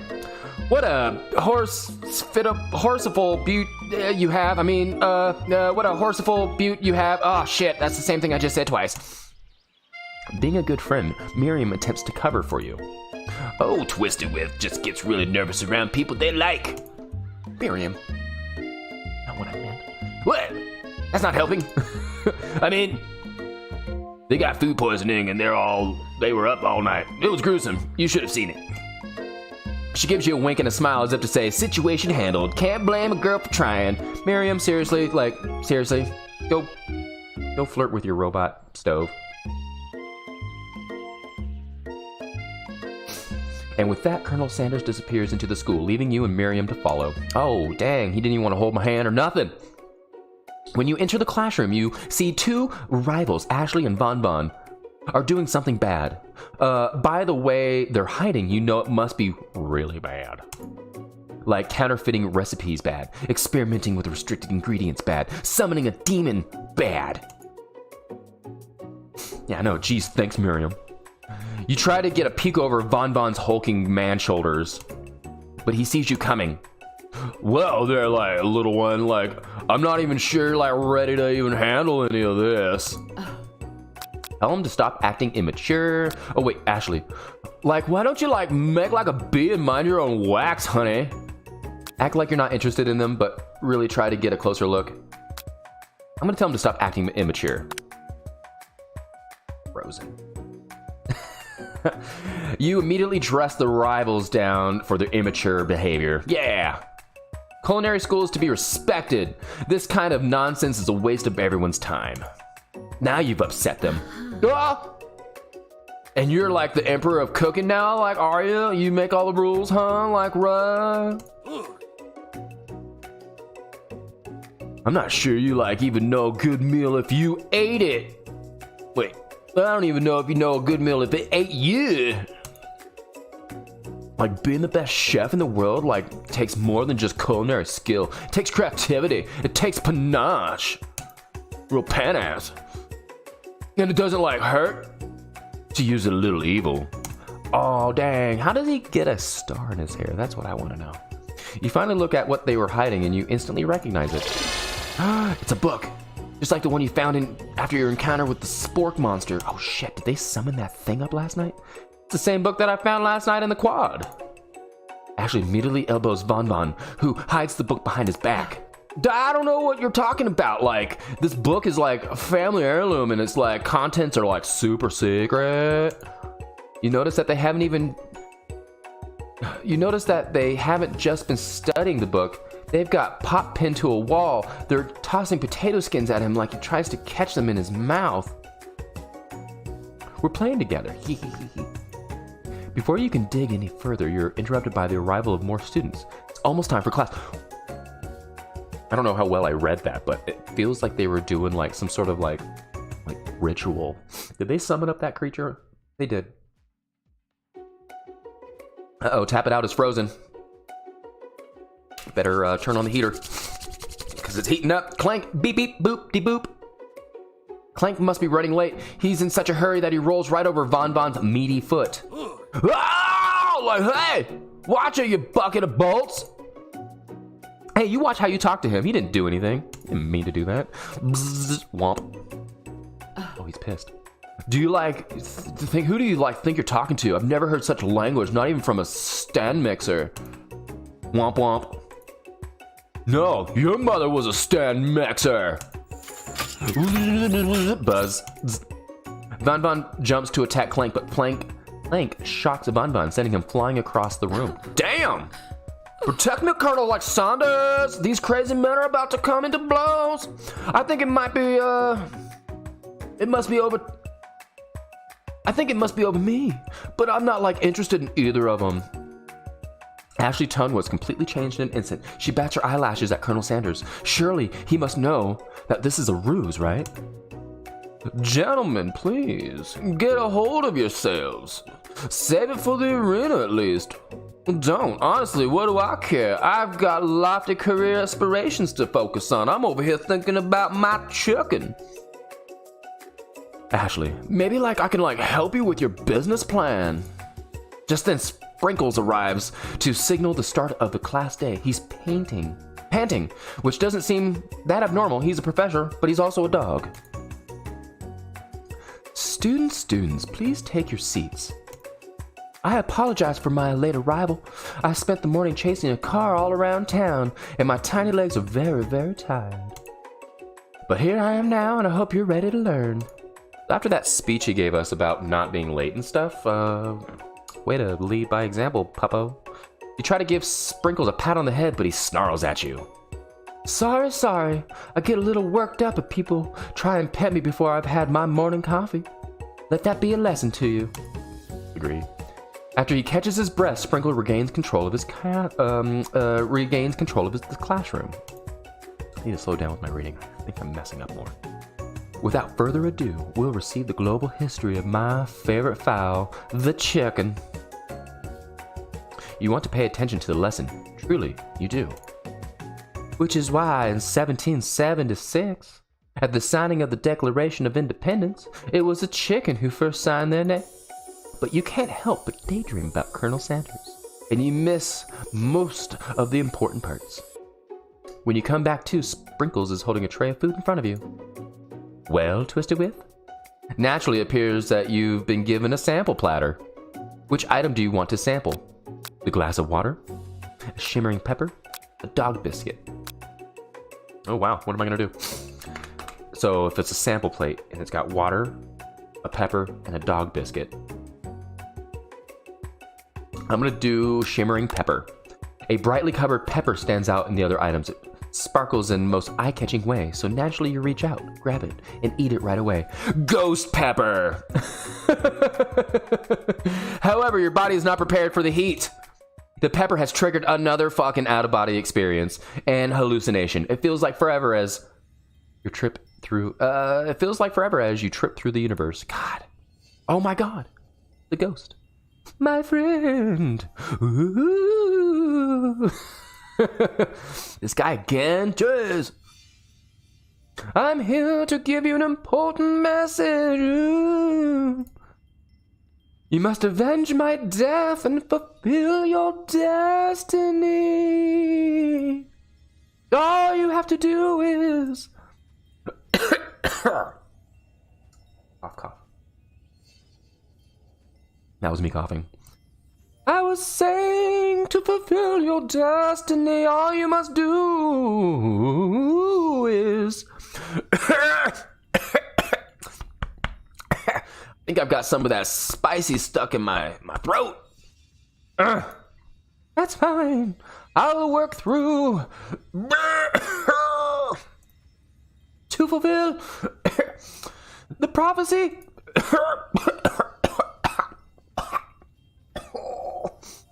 You must. You feel yourself begin to regain consciousness. Oh, man. You come to and find everyone is staring at you.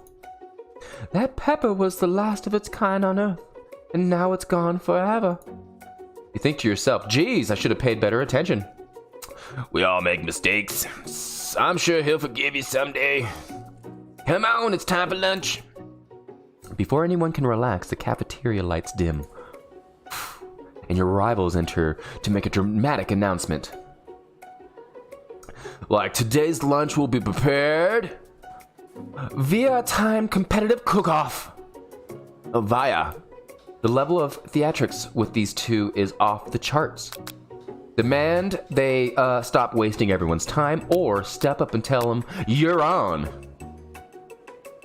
You know what? These guys need to get put in their place again, so I'm going to say you're on. A bit of lunchtime competition, eh? Count me in. If I have to wipe the tables with you fools before I set my lunch down on it, then so be it. Ooh, sick burn. I'm like not the fool, you're the fool, fool. Good one, Von Vom. I like your gumption, Twisted With. I'll be watching your performance from over here, doing sweet, sexy poses. Just as things reach to a boiling point, Sprinkle step in. Surely he'll put a stop to this madness. Now, students, please settle down. This is a lunchroom, not a sportsing court. What's up, Raven? Dude, welcome, man. I know that you, I know that you're probably going to be streaming here soon too. So I hope that you have a good time doing it. And thank you so much for popping in. I'm on day 2 of 3 of. Oh my God, I love Colonel Sanders. Oh, nap time. You know what? Gotta get a little power nap in before you do your thing. I appreciate you popping in, my buddy. If you want to leave my tab open and turn down the volume, that would be swell as well. But yes, hey everybody, Raven Wisher now has proper streaming equipment, so he's going to take his streaming to the next level. If you haven't already followed him, please click his name, throw a little follow on him. He is trying to grow in more ways than ever. He was streaming just from his PlayStation, but now he's got a capture card and a little bit of a better PC, I believe, if I read that correctly. Let's show him some love. The Twisted With Cafe is all about supporting new and upcoming and new rising streamers.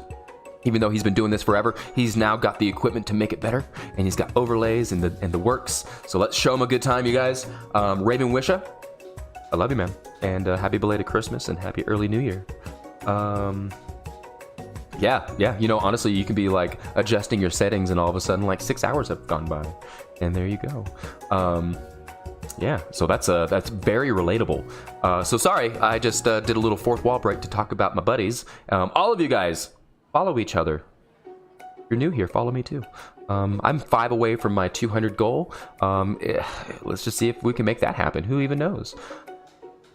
Anyways, back to the story. Finally, a little sense. You breathe a sigh of relief. At least not until we turn on the temper. Oh, not until we turn on the timer. I can't read. Just then, a huge red light blasts in your face, flashing the word, timer ready. Now that's what I'm talking about. Ow! Oh, cool. That didn't trigger Lucy. Man, I stand corrected. The hard way to build solidly a foundation of confidence, sugar, is that we cannot be swept away by a broomstick. And that's an original quote by me.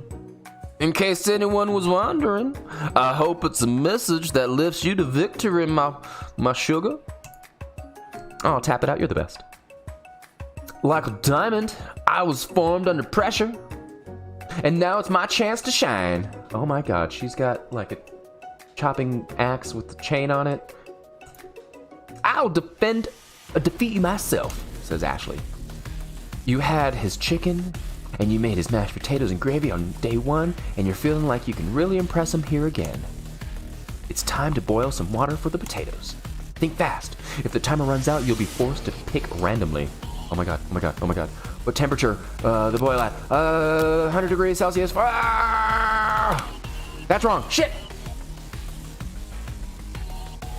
What were you thinking, Twisted With? Get your head in the game. I know, I'm sorry. You're gonna need to season that chicken before you cook it. You don't even know Colonel Sanders' recipe exactly, but you have an idea. How many herbs is 10, 11, 7? 7. That's wrong. Shit! I've been schnauzers with better senses than that. and the miniature kind, no less. Oh no, I'm messing up. Now that you've got some basic steps going on, it's time to elevate your craft. What state of mind offers the most trust? That's wrong. Shit! You'll lose the heart of Colonel Sanders. I'm begging you to get it together. Get it? I'm a dog. It's never wrong time for dog jokes. Is 3 in a row wrong enough to cause a game over? Yep. Fuck. I just lost. That's 11 herbs and spices. What did I choose? 8? 7? I'm gonna try again. Well, I just failed that one. Let's try again.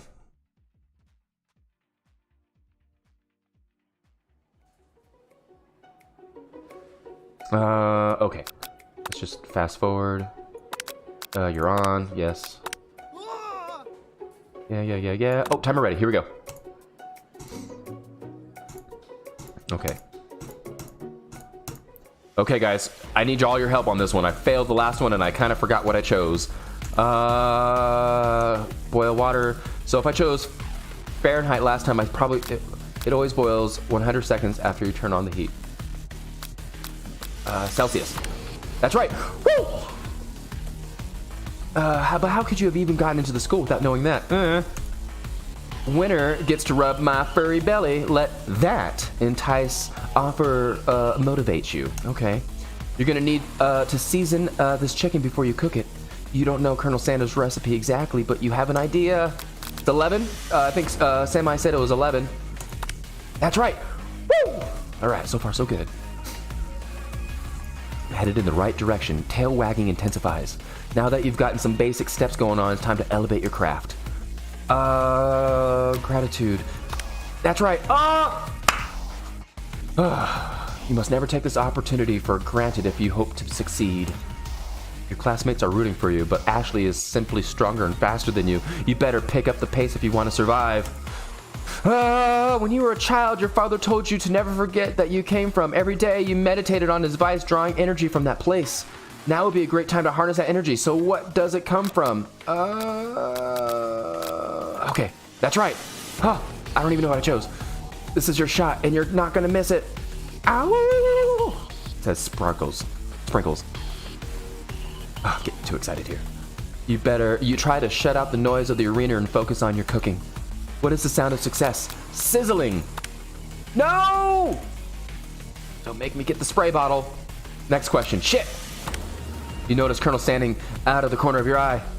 I believe in you, Twisted With. Shuck 'em up. He's actually cheering you on. Which would be awesome, except knowing that he's watching you makes you totally forget what you're doing. Now all you can think about is Colonel Sanders slapping the horse's ass. Wishing it was yours. How many spoonfuls of gravy? Fucking... Damn it. Well, I might have failed this competition. Grrr. You're stranded on a desert island with only one dessert cookbook. Which do you take? What a hunk. Oh, God. I know, right? You know what? Shouldn't you be focused on the challenge? You're falling behind. Sorry, I forgot the question. Oh, shit. No. What does that have to do with cooking spectacular fried chicken and delicate baked biscuits? Oof. You're really struggling to keep up. At the next station over, Ashley has already begun plating elements of her dish. It's colorful. It's complex. To make up time, you toss your biscuit dough into a stand mixer. As you do, the crowd gasps. Yeah, yikes, said Miriam. Oh, clank. Bzz. I know you love nothing more than seeing a fellow appreciate utilize a kitchen battle, but sometimes it means sacrificing the personal touch. Where you might not even have hands, but Twisted With does, and a good chef needs to be touching the dough to know it's properly mixed. Oh, hot sentence. Colonel Sanders, there's an easy way and a hard way. Don't get far by going the easy way. You don't get far by going the easy way. When you hear everyone talking, you realize how serious your error was. You immediately shove your hand into the mixer to rescue the dough before it's overmixed. Twisted With, no!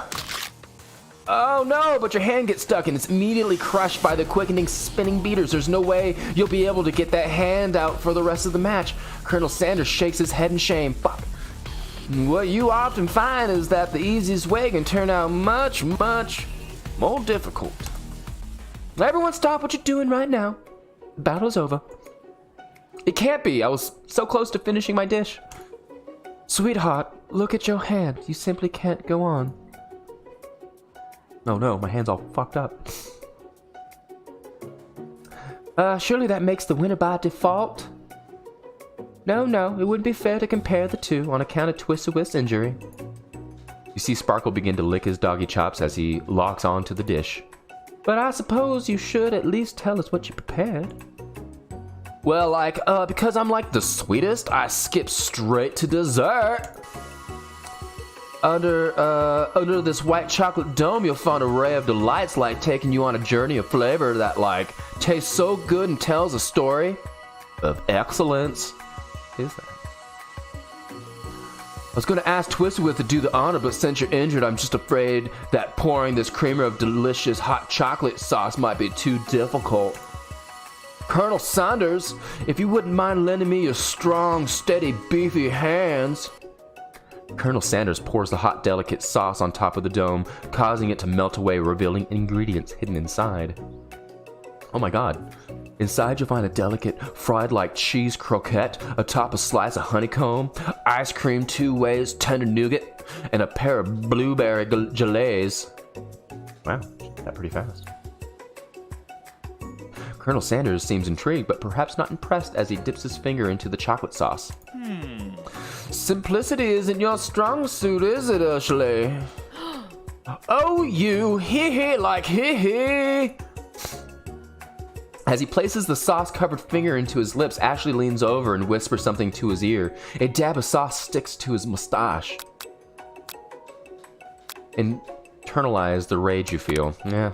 Your rage burns so intensely in your eyes that they feel like they're gonna burst into flames.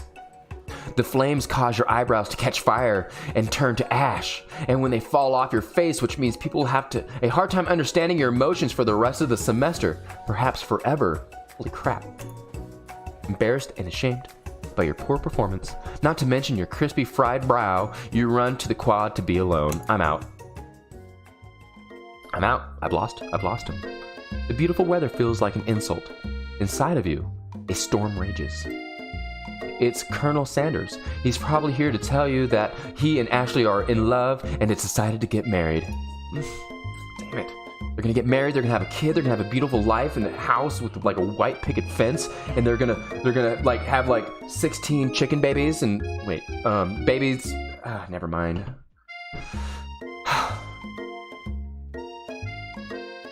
Sorry, just taking a moment here to ponder on my failures. And he won't even ask you to cater his wedding because you're a terrible chef and an awful person and your hand's broken. You try to hide from him, but he approaches you directly. Excuse me, whoa. Don't give up hope, says Sleepy.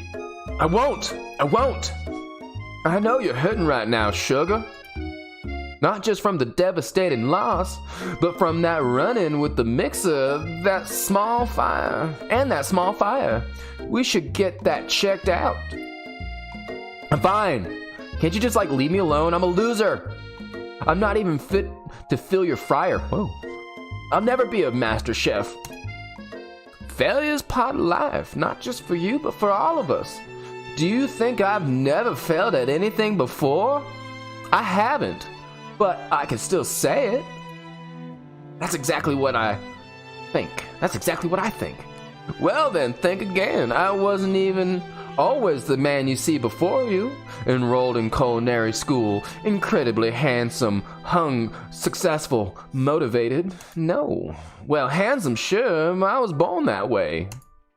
But I've walked other paths and arrived at dead ends. I was passionate about life, but I failed as an abstraction. Abstraction? I don't even know how to say that word. I was passionate about justice, but I failed as a lawyer.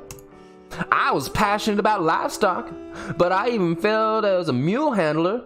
That one was especially humiliating. Mules can be so cruel. I lost my business partner to a gunfight. I didn't know.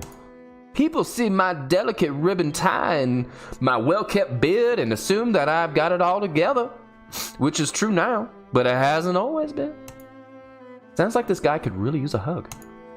I resolved then what I was going to do amount to something. Whoa, I read that wrong. I resolved then that I was going to amount to something. No matter the hours, labor, or money would deter me from giving up the best I had to give. As Colonel Sanders changes focus, you can see something ignite in front of him, inside of him, a burning passion. One sugar has to remember that every failure can be a stepping stone to something better. My new dream is pure. It's honest. It's something that a humble man such as myself in a crisp white suit can be proud of. Is this based off a true story, Sleepy? I don't know. I think it might be. What if this is Colonel Sanders' freaking life story?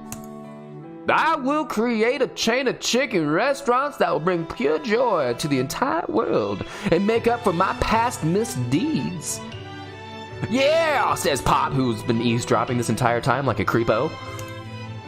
Just as your moment grows intimate, you're interrupted by a threatening, shadowy presence. Fuck, it's Ashley.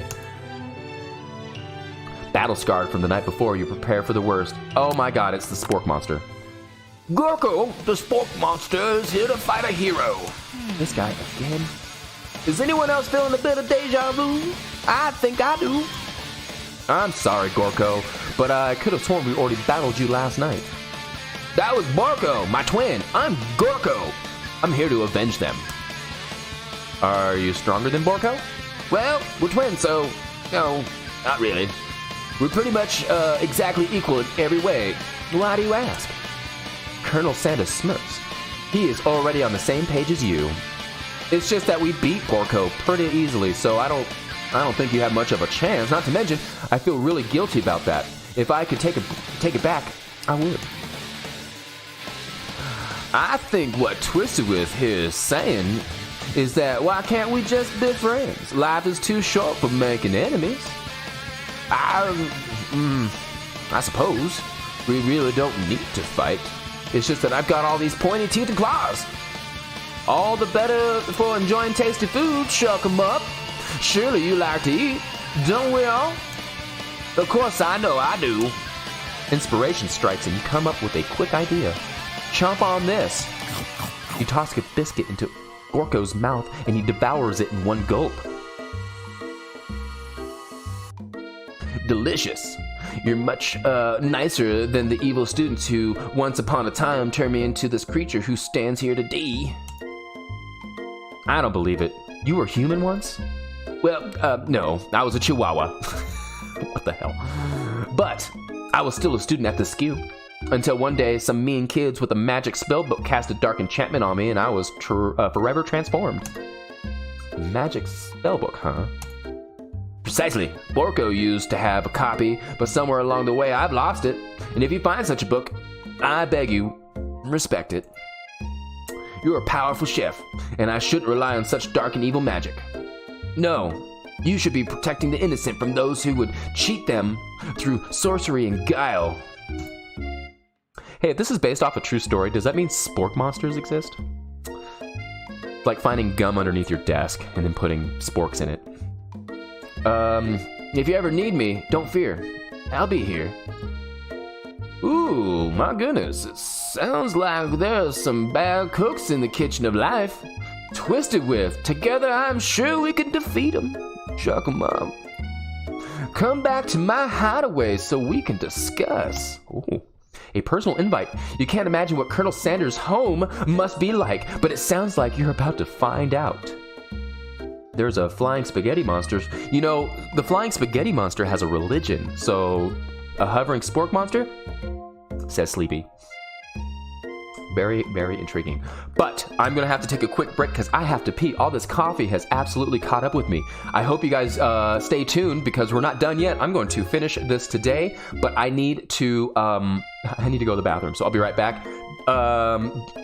When John comes back is when I have to leave. I'm sorry, but I'll be back in just a second. Uno momento.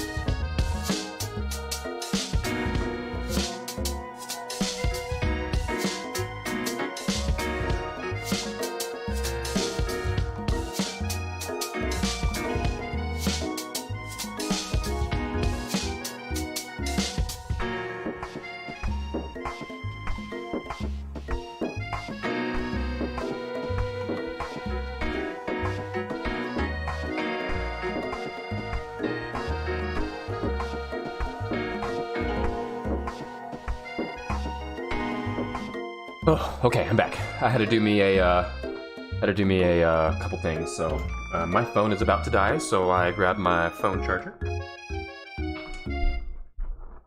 Try my best to still be able to see all the chatty parts as my phone charges. So if you see me looking away, it's just because I'm trying to keep an eye on my parts that are chatting.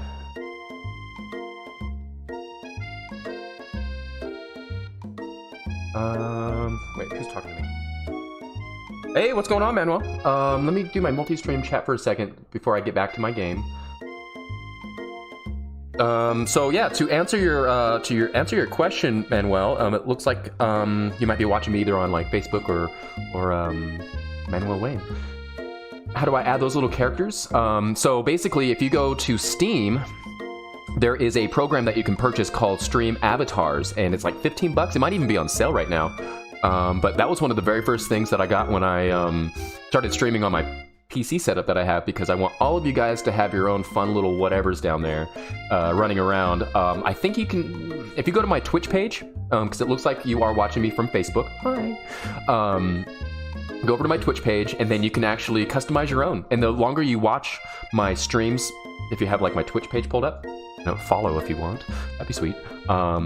You can actually earn coins that you can then customize your character. Everybody down there has kind of cycled through different characters. I've got some Dragon Ball Z.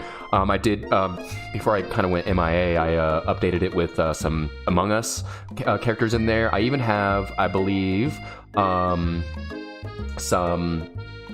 like Pikmin and Pokemon was in there for a long time. Everyone was running around as Pokemon. I've got a bunch, but it is something that you got to pay for, and then once you pay for it, it is a program that you can customize completely and do what you want with it. So Manuel Wayne, thank you so much for tuning in via Facebook, and yeah, don't forget to smash that follow, that like. I have links on my pages that you can follow me at. Actually, let me get back into the habit of even busting out my Discord. I want to be like Sleepy Semi-Noob and have a bunch of people in my Discords. It's easier said than done. Chunk. There's that. Let me pop over to my Facebooks in case, and let me do one of these. Chunk.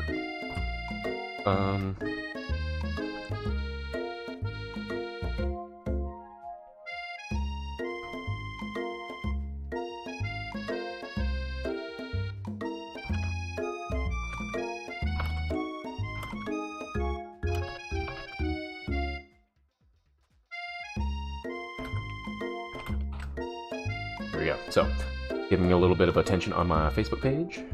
Sorry about that, gaze. And then that. Alrighty. So now I'm back. My phone is plugged in. It is charging. I'm going to try to keep it right here so I can still read what you guys are writing. Okay. Back to the game, guys. Alright, so, personal invite. I can't imagine what Colonel Sanders' home must be like, but it sounds like you're about to find out. I wonder if we're gonna go over there on horseback. If I don't show up on a horseback, I don't want to show up at all. Stepping inside Sanders' home, surrounded by his things, you start to feel a special bond with him. Oh my god, where is this going? Oh my god, look at the baby Colonel Sanders. He's got a chicken string, and he's already got a baby goatee. Oh my god.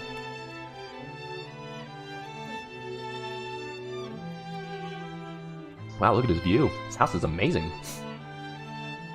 Looks like you live such an exciting life, Colonel Sanders. Every day can be an adventure if you approach it with the right attitude. Hey, words to live by, you guys. Colonel Sanders, thank you for giving me motivation to live a better life. Long ago, I made the decision to never stop searching, never stop working, and never stop imaginating. Have you ever been working on a new recipe of your own lately? I'm always excited to talk about food with other ambitious chefs. Well, yeah, there's something. It's a side dish that I've been tinkering with, trying to find the right balance of flavors and textures. But I'm not sure if I nailed it yet, but I'm close. Colonel Sanders' eyes perked up as he starts to wonder what dish you might be describing. It's meant to pair with something spicy or something crispy. Both, perhaps. Now you've really got him right where you want him. Should you reveal your new creation to him or keep it a secret? I'm gonna reveal it. I'm gonna reveal it so hard. You decide that you're ready as you'll ever be to share your original cooking with Colonel Sanders. Before you can even talk yourself out of it, you decide to dive in headfirst. You reach into your lunch bag for a special dish that you've been keeping iced all day. I present to you my original coleslaw. The shredded cabbage dish glistens in the light of Colonel Sanders' luxe hideaway. Magnificent, I must say, I do declare. Together you chow down the creamy slaw until just a spoonful remains in the bowl. Do you mind if I hold on to this last bite? I like to have it around so I can admire its taste later and think back on this moment and then steal it. Oh my god. I totally forgot.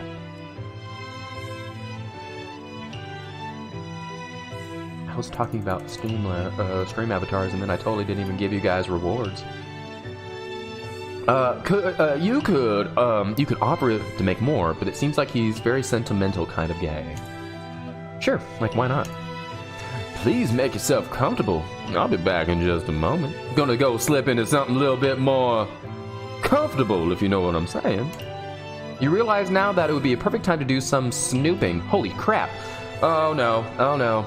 Around the room are various items that you can look closer at. Each item seems to radiate memories and emotions. Tap on an item to discover more about the Colonel. Okay. Let's see here. Let's tap on Goatee Baby. What the hell? What baby's born with an already perfect mustache and chin stash? An adorable little baby boy crawls across the floor. From the goatee and mustache combo he sports, you figure that this must be baby Colonel Sanders himself. That, or maybe it's just a drumstick that he seems to be waving in like a rattle. Who frames a baby picture of just themselves? Probably the same type of person who would make their own face the logo of a company they founded. Am I right? Are they jabbing at us streamers? Because I have a logo of my face. Okay, now I'm good to watch. Is this game, what's this game about again? Basically, I'm trying to, like, get in the pants of Colonel Sanders, I think. I don't even know. But I'm at a cooking school, and I've got rivals, and now I'm in Colonel Sanders' house. I think he left to go take a dump or something. I don't know, but he'll be back. He'll be right back. But now I'm snooping around his house and looking for any type of dirt on this guy. Is it a cooking game? I don't think it's exactly a cooking game. I think it's about people learning to cook. I'm just trying to have a fun welcome back to streaming after taking a long hiatus stream. You know, Five Nights at Freddy's can be kind of serious and frustrating because it gets freaking hard. And so, yeah, I want to have fun with this one. This one's definitely not my typical game to ever play, but you know what? I think we're all having some pretty fun LOLs right now. And John, thank you for coming back. I appreciate it. I'm doing voices. I'm doing some giggles. I'm gonna click on this urn. I bet you this urn is where he gets his special secret spices. You take a closer look at this giant urn on a pedestal. There's a plaque on it. It's dusty, but when you wipe it off, you can read the inscription. It says, "Here lies the ashes of all my past careers and business failures." Holy shit. Poor guy. Pretty heavy. He's failed a bunch. You haven't seen my lunch. Well, you know what? I'm going to take a quick pause to admire my friend's lunch. If he got KFC, I'm going to LOL super loud. Where's my Instagram? If he got KFC, I swear. Do they even have KFC in Costa Rica? That's what I want to know. Wait. Oh my god, dude. You've got chicken. You've got... It looks like in your picture... Here, I'm going to hold it up so everyone can see it. Let me see if I'm doing this right. So this is what my buddy is eating right now. Look at that. Holy crap. KFC, Burger King, McDonald's, all the fast food you could ever want. But look at what he's eating right there. Is that KFC? Did you get that from KFC? because there's like mixed rice, there's lettuce with tomatoes, there's pineapple and chicken with the pineapple leaves still on it. Look at those pineapple leaves, you guys. Yeah, if you want to like box that up and send it over to me, man, that would be fantastic because I would eat the stuff out of that. That looks hella good, Sleepy says. Yes, it does look hella good. Now I'm like so hungry. After I beat this game, I'm going to go and get me some food. Or order me food and have it brought. No, I don't know what I'm gonna do, but I'm gonna eat. Man, that looks delicious. And then he sent me like another picture of like all this sushi. Look at all this sushi, you guys.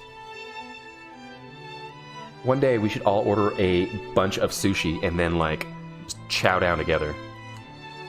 Oh God. Man, that looks delicious. Thanks, John. Now I'm like starving more than I already am because of this damn game. So I also didn't know that what is it? McDonald's and stuff is. Well, I knew that they were in like the UK, but I didn't know that they were in Costa Rica.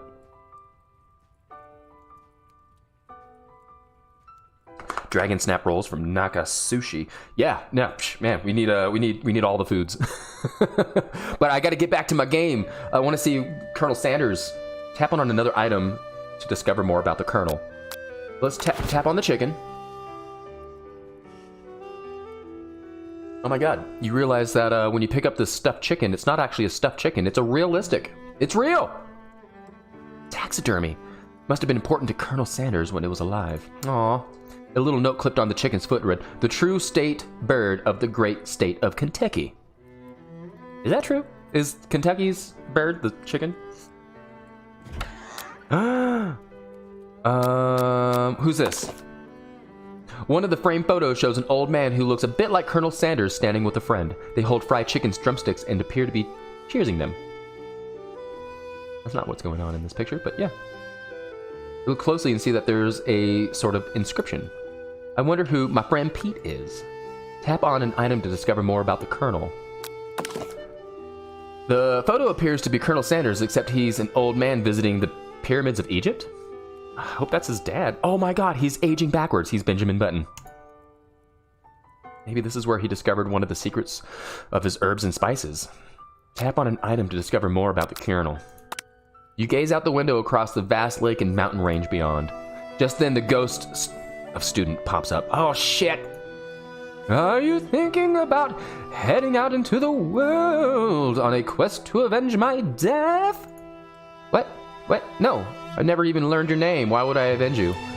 Oh, I could just tell you my name right now. It's... can't you see I'm in like the middle of something? You open the window a crack and the ghost of Student is swept out like a breeze. Tap on an item to discover more about the Colonel. Get out of here, ghost!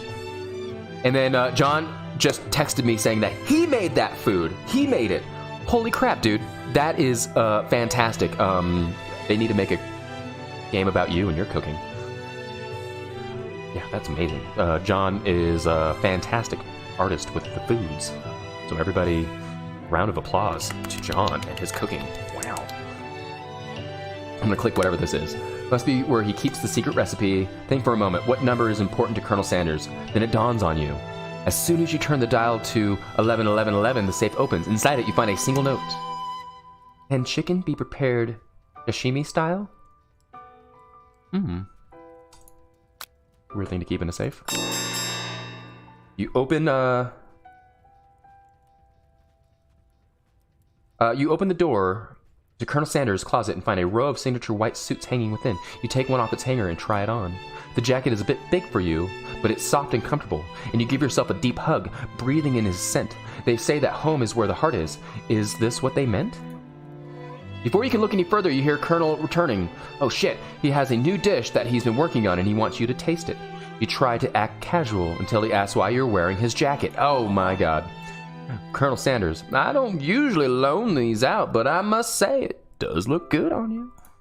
Oh crap, the jacket!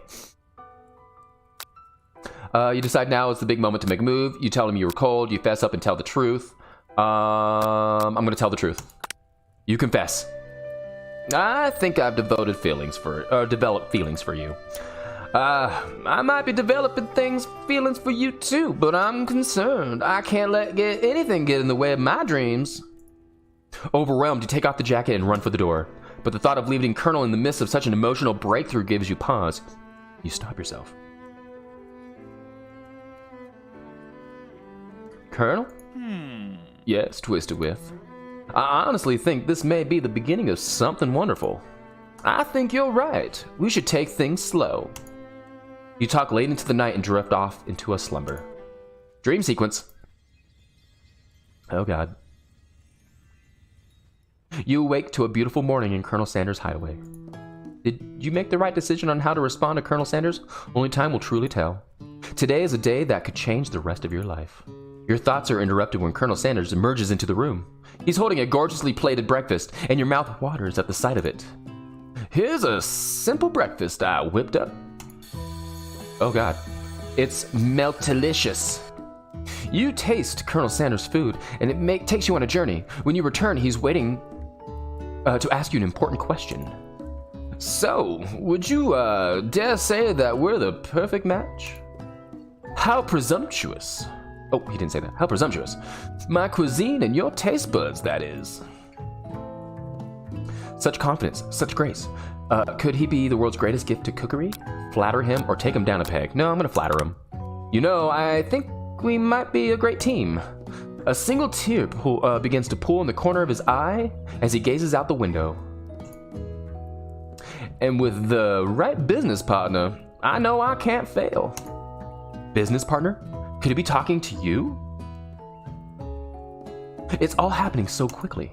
Overcome with emotion and confused by your feelings, you're on the verge of tears, unable to speak. The only answer you can find is to run out the door and get home.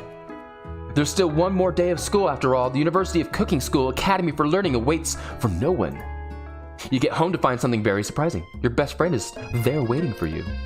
Miriam. Where have you been? Because I had one heck of a night. I've been desperate to talk to you about it, but I couldn't find you. I got word that something had happened to you. Water from the fountain of youth to keep the chicken fresh. Oh my gosh. It's pet chicken. Oh, he had a pet chicken, then he got a taxidermy done on it.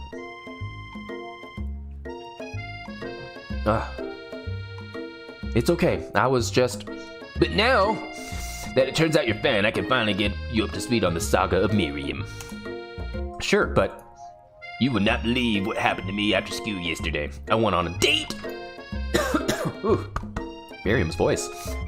I think I can believe that. Since I've been partnered up with Clink, he asked me to go out with him.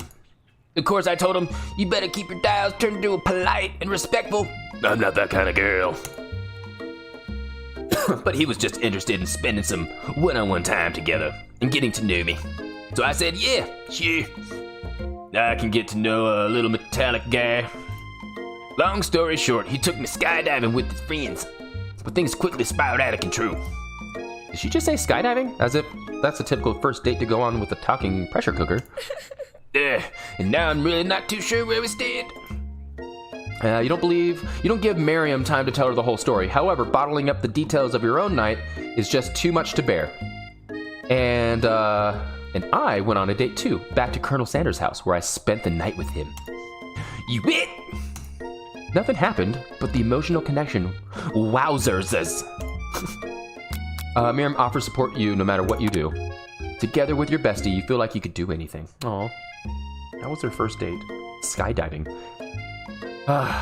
Has anyone ever done anything super extreme on their first dates? I'm just kind of curious to hear what was the wildest thing on a first date you ever did. Were you trying that hard to win over the heart of that person? Do something out of the ordinary? Sometimes coffee dates are just never the right kind of date. Usually coffee dates feel like more like interviews and stuff. What was a super sweet thing that you guys did on a first date in real life? I'll think about that as well. Together with your bestie, you feel like you can take on anything. You're not boring, Sleepy. You're not boring at all. There's just not a lot to do out here. This town in particular, there's just not a lot. Everyone's like, let's go hiking. When you arrive at school, you encounter your rivals in the quad. You can tell from a distance that they're picking on Pop, though he himself might not quite grasp the fact. Because, you know, he's Pop. Big dum-dum. What's a swirly? That sounds delicious. Oh, I like it's great. I'll order you up one right away. I'll have my swirly with sprinkles, please. Sprinkles like is a dog and is a treat. Like, can you, like, get your swirly dip, too? Why don't you pick on someone your own size, says Twisted With. Because, like, I'm literally the biggest person at the school. Like, there's, like, that horse that the Colonel Sanders rides to school, but, like, who would dare pick on such a gentle and beautiful, like, creature? You've got some nerve, Twisted With, suggesting I pick on a defenseless horse. Now you're twisting my words, and I won't have it. You clench your fist, but the injury from yesterday's mixer incident makes you wince in pain. Doesn't look like you can go on cooking like that. Might as well just give up. I'll never give up. Ever. Colonel Sanders arrives just as it appears things are close to boiling over. A naturally intuitive person, he senses that something has been going on. Is like everyone excited for the final day of school? Twisted With, how's that hand feeling? I'm sure you'll be back in fighting form by this afternoon. Aren't you, like, concerned about my hands, Colonel? Yesterday I almost broke a nail, like, winning so hard. His name is Von Von. Reminds me of the Flintstones. Yeah, Von Von. Who names your kid Von Von, by the way? Von Von the Mon Mon. Technically, I don't believe a winner was decided, but your presentation was quite impressive. What is he doing complimenting her? But, like, what about my flavored, delicate, warm, gooey chocolate sauces? Oh, my God. It was clear that you're passionate about how your food is received. That's a lot of words to say. It was bland. Excuse me, Twisted With. I am more than capable enough to speak for myself. Ooh. Maybe, like, you could, like, tell me more of your thoughts as we walk to class, Colonel. Like, side by side, please. I'm always interested in discussing the fine arts of fine foods. See you inside, Twisted With. Oh my God. Annoyed by Colonel Sanders' inability to see Ashley for who you know she really is, you walk across the quad to get some distance. In an attempt to distract yourself from how slighted you feel by that interaction with Ashley, you take out the spell book you recovered yesterday and start flipping through the pages. Oh no. Miriam. Whoa! Like, what's that book? It looks like bad news. It's just something I found lying around. It would appear to be some sort of grimoire, but I don't really believe in that magic stuff. A grimoire? Like a book of spells? I don't know. Who would spend so much time decorating a magic book if it wasn't really that powerful? Sorry, Miriam's voice really tickles the throat. I can think of one surefire way to find out. You open the page covered with arcane warnings, cast only in case of extreme emergency. It says around the edge of the page. I could use a spell here that says it would erase anyone I choose from all of my memories. If I could scrub out Colonel Sanders, it would probably help me focus better on the upcoming final exam. That is, like, way drastic. Couldn't you do something else, like, I don't know, anything else, not rooted in dark magic? Maybe tie a string around your finger or something? Okay, fine. It is drastic. But desperate times call for desperate measures. You've got a memory erasing spell sitting right in front of you, and a pretty good excuse to try it out. What do you guys say? Should I do it? Cast the forbidden spell, or don't do it after all? I'm gonna let you guys decide. 1 or 2. 1 or 2. I'm gonna look down on my phone so I can see. Actually, while you guys are deciding, I will give you guys some stars. Boop, boop, boop, boop, boop. Okay, so John says 1. We've got a winner for 1. What else? What else? What else? What else? Oscar says do it. What's up, buddy? Thank you for tuning in, my man. All right, so everyone's got the stars. I'm gonna, okay, so cast a forbidden spell or don't do it. All right, I'm gonna cast the spell. Ah! You begin to recite the spell, but you stumble on the words, and the only effect it seems to have is to make you forget what you were doing. Ah, crap. Oh, right. After looking at the page again, it comes rushing back to you. You've got a memory erasing spell, so don't do it. I'll try it one more time. You begin to recite the spell, but it fucking makes you forget, so I won't do it again. Alright, don't do it. I guess they don't want you to do it. You take your friend's advice and put the book away. It's almost time for class. Sprinkles is in the room already, waiting for the students to arrive. He clears his voice to make a quick announcement. I want you all to know, I feel something of a dog moment coming on, but I assure you, it's nothing to be afraid of. He must be hungry. Reach for some old homework and give him a snack. Dogs can be rather unpredictable, especially Sprinkles. Wait and see what happens. Let's give him some homework. You reach into your backpack and grab some homework from the last semester that you forgot to turn in. Sprinkles immediately goes for it and gobbles the sheet of paper like it's a piece of fresh chicken rawhide. Ahem! I apologize for the outburst. I know it seems cliche, but not much in the world satisfies like ungraded work. My, Twisted Whiff. You were studying something with cinnamon?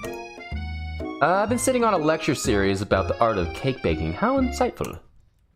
Actually, this brings up an important point. Thank you, Twisted Whiff, for reminding me to dole out this indispensable bit of wisdom. You see... But before he can go any further, Miriam's love drama spills into the class. Sprinkles is interrupted by whirs and sparks coming from the back of the room. Miriam, I told you to save it for after class. Clank, buzz, buzz, buzz, buzz. You think I wanted to be thrown from a plane, strapped to a stranger? Miriam and Clank appear to be arguing, but you still haven't learned to speak Clank's language of mechanical noises. There. No! You had to show off your cool kid friends. Hey, my name. But no, you had to show off to your cool friends Jeff and Joan. J and J forever. That's right. Right. Watch us from a triangle in midair as we descend. Triangles are the strongest shape, don't you know? Says Clank.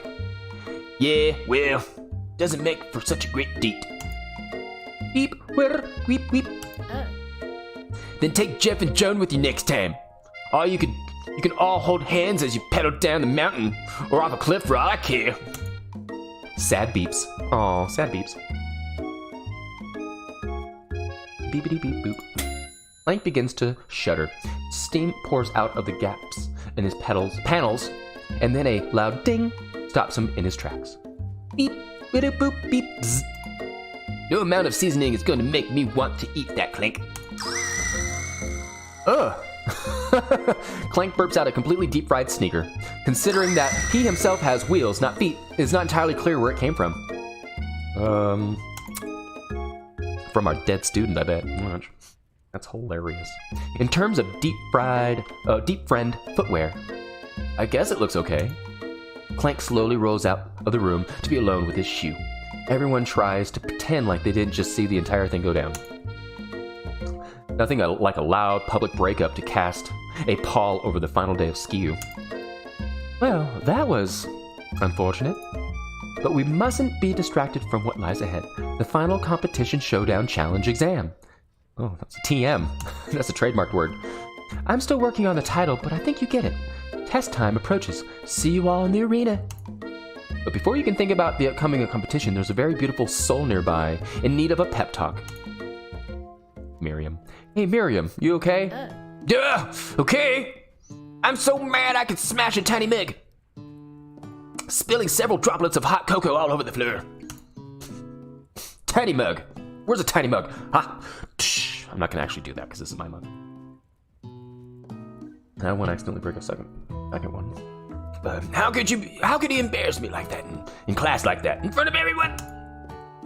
Her tiny cocoa is a delicious treasure, so you know that this breakup is no joke, even if the source of her frustration is such a silly robotic boy.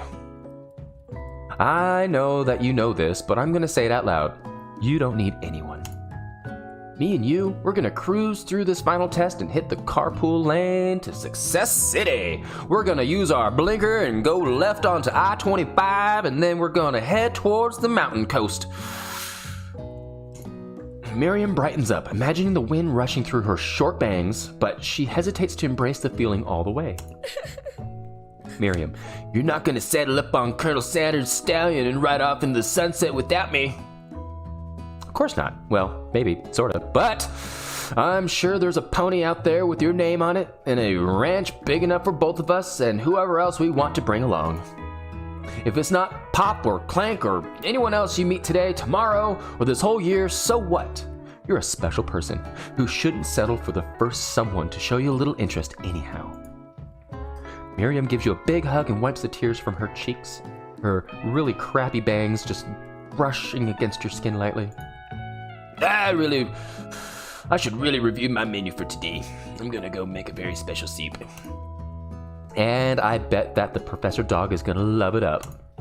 While you were pep-talking Miriam, you completely missed lunch, but that's okay because you had a better idea of how to spend your time before your exam.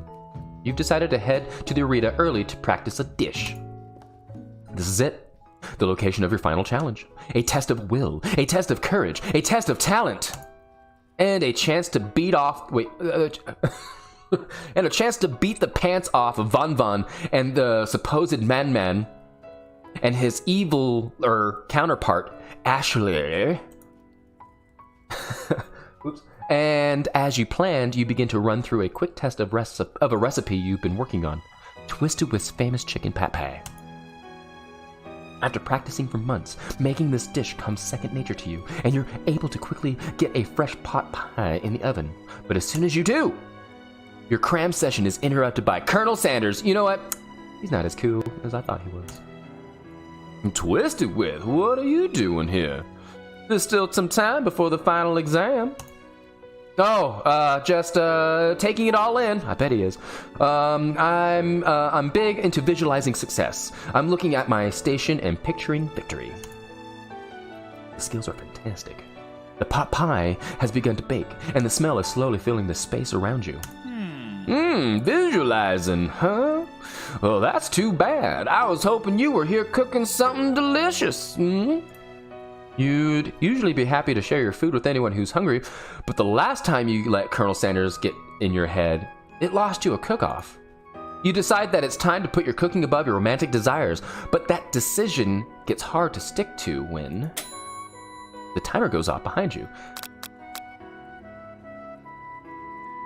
Ignore it, like there was no sound at all. Fess up about your practice dish. Whatever. Sorry. Don't mean to burp. Okay, you got me. I'm doing a little bit more than visualizing. I know. My nose can smell a pot pie from 400 yards away. Shook 'em up. That's an oddly specific distance, but you'd expect nothing less from such an oddly specific man. You knew I was a pot pie just from the smell? Not just a pot pie, but a chicken pot pie, sugar, with all the butter crust. And my nose is telling me something else. Oh no, is it burning? Haha, no. I can smell that it was made with a heaping helping of TLC. But it'll probably just start burning any second if you don't pull it out. The moment of truth. Wow. This is the best pot pie I've ever tasted. I've always loved country cooking, and I could eat this all day. There's no time left. The final showdown. It's about to begin. Sprinkles lays down the ground rules. There are no rules. That is, except to cook with everything you've got. You step up to the cook-off.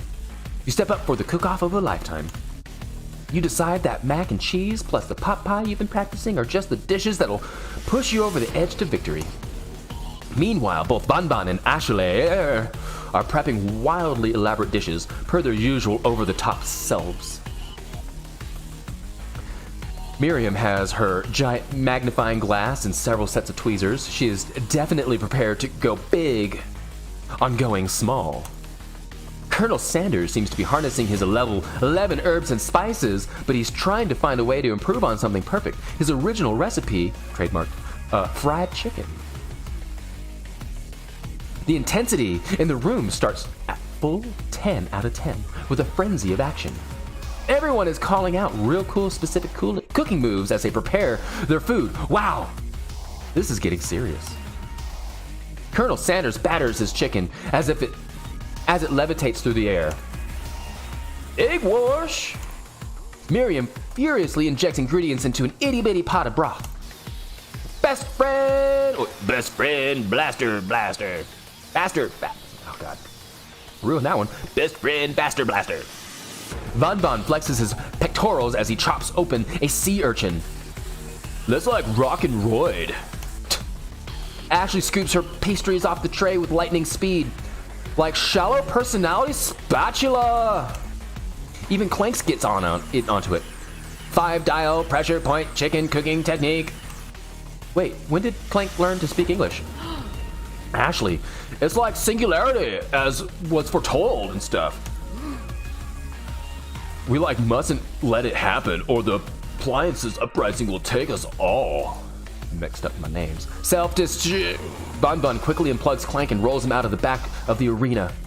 As you frantically prepare your dish, you notice Ashley has her spell book out. She's going to use some sort of dark magic to turn the tide? You've got a book of your own, and you're desperate not to see her win another battle. Should you take this opportunity to fight magic with magic, even if it's almost certainly evil magic? No, I told you guys. Colonel Sanders told us, the easy way will never be the right way. So I'm going to say no. Who needs magic when you've got passion? I'm going to do it the hard way. Colonel Sanders sees that you've chosen to win on your own terms, and he gives you a subtle wink from across the room.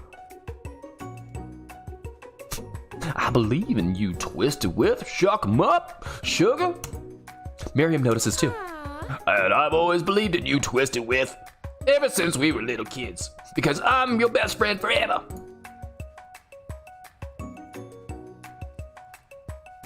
You notice that Miriam is at your station cheering for you. Miriam, what about your dish? If you're cheering, who's cooking? Tiny food. Short cook time. I'm actually already done, so I thought I'd help you. Oh, that's sweet, but Miriam tosses a handful of spices directly into your boiling noodles. It's the secret ingredient. However, she doesn't know that you lied and the ingredient was made up, and where in the world does she even get an eye of newt from? The boiling pot explodes, sending Miriam flying backwards. The watery noodles begin to swirl in the air, bubbling up into a dark cloud that thickens and congeals before your very eyes. It is I, Steve, the spork monster. Oh shit. Steve? Wait, what happened to Gorko and Borko? You're not here to battle with me, are you? We spork monsters are many. I think Gorko had the day off, but you have conjured Steve. And I hate to battle, so I'd say you're doing pretty alright. Alright. Oh, hey, you're in the middle of a cooking competition. I love this stuff. It's better than TV. You crazy kids and your culinary skills really impress me. Mind if I hang out? I'm sorry, Steve, but I'm kind of in the middle of something. Do you mind? Steve, the spork monster, notices that you've got the grimoire stashed beneath your cooking station.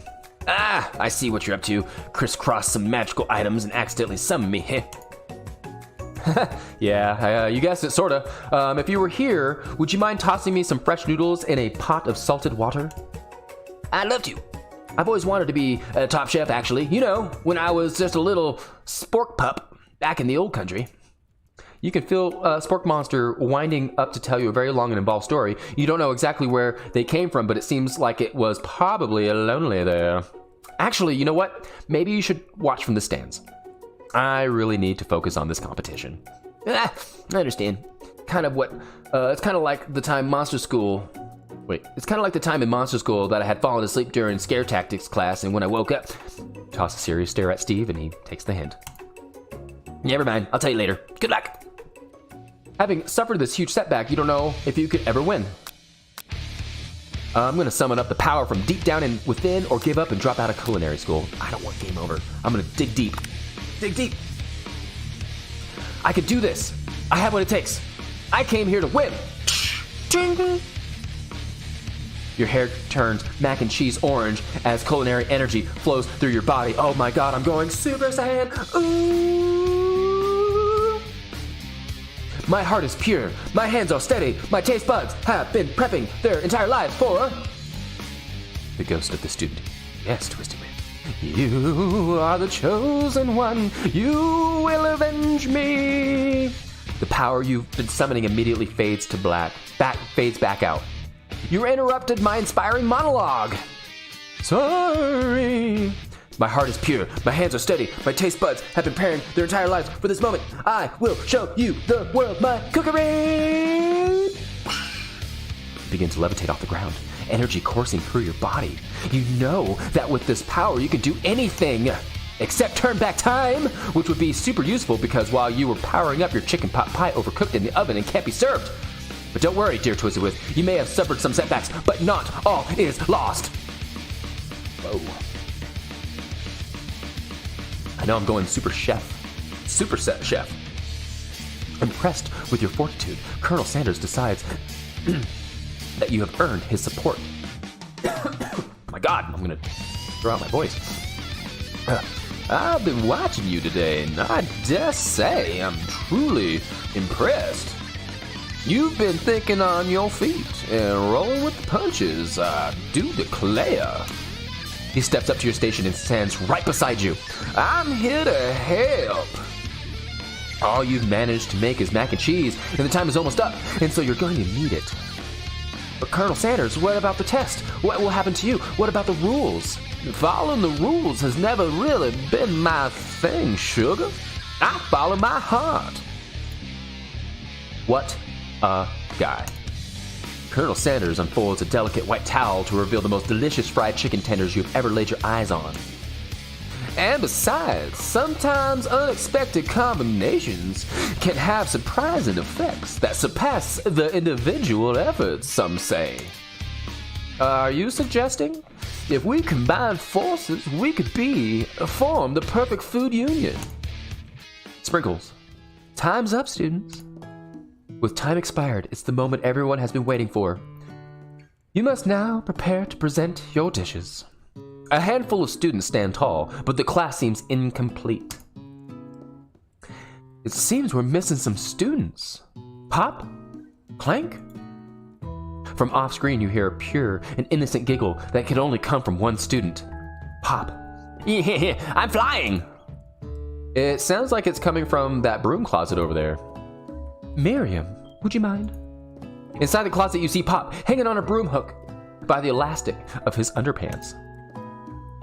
Pop, get down from there right now. Let me guess, did Von Von have something to do with this? Like, when someone asks for a wedgie, who am I supposed to, refuse?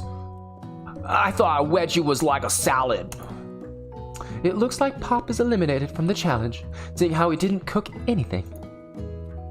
Oh, I can't feel my legs. May I be excused? Sure. You kids and your pranks, I must say. It's not the worst prank in UCSAL history, but it's not exactly yearbook material. Wait a second. Pranks? Pranks? Clank! Where did that pressure cooker roll off to? You wait to hear a signature whir, beep, or other onomatopoeia, but there is none. Somehow he must have gotten unplugged, I guess.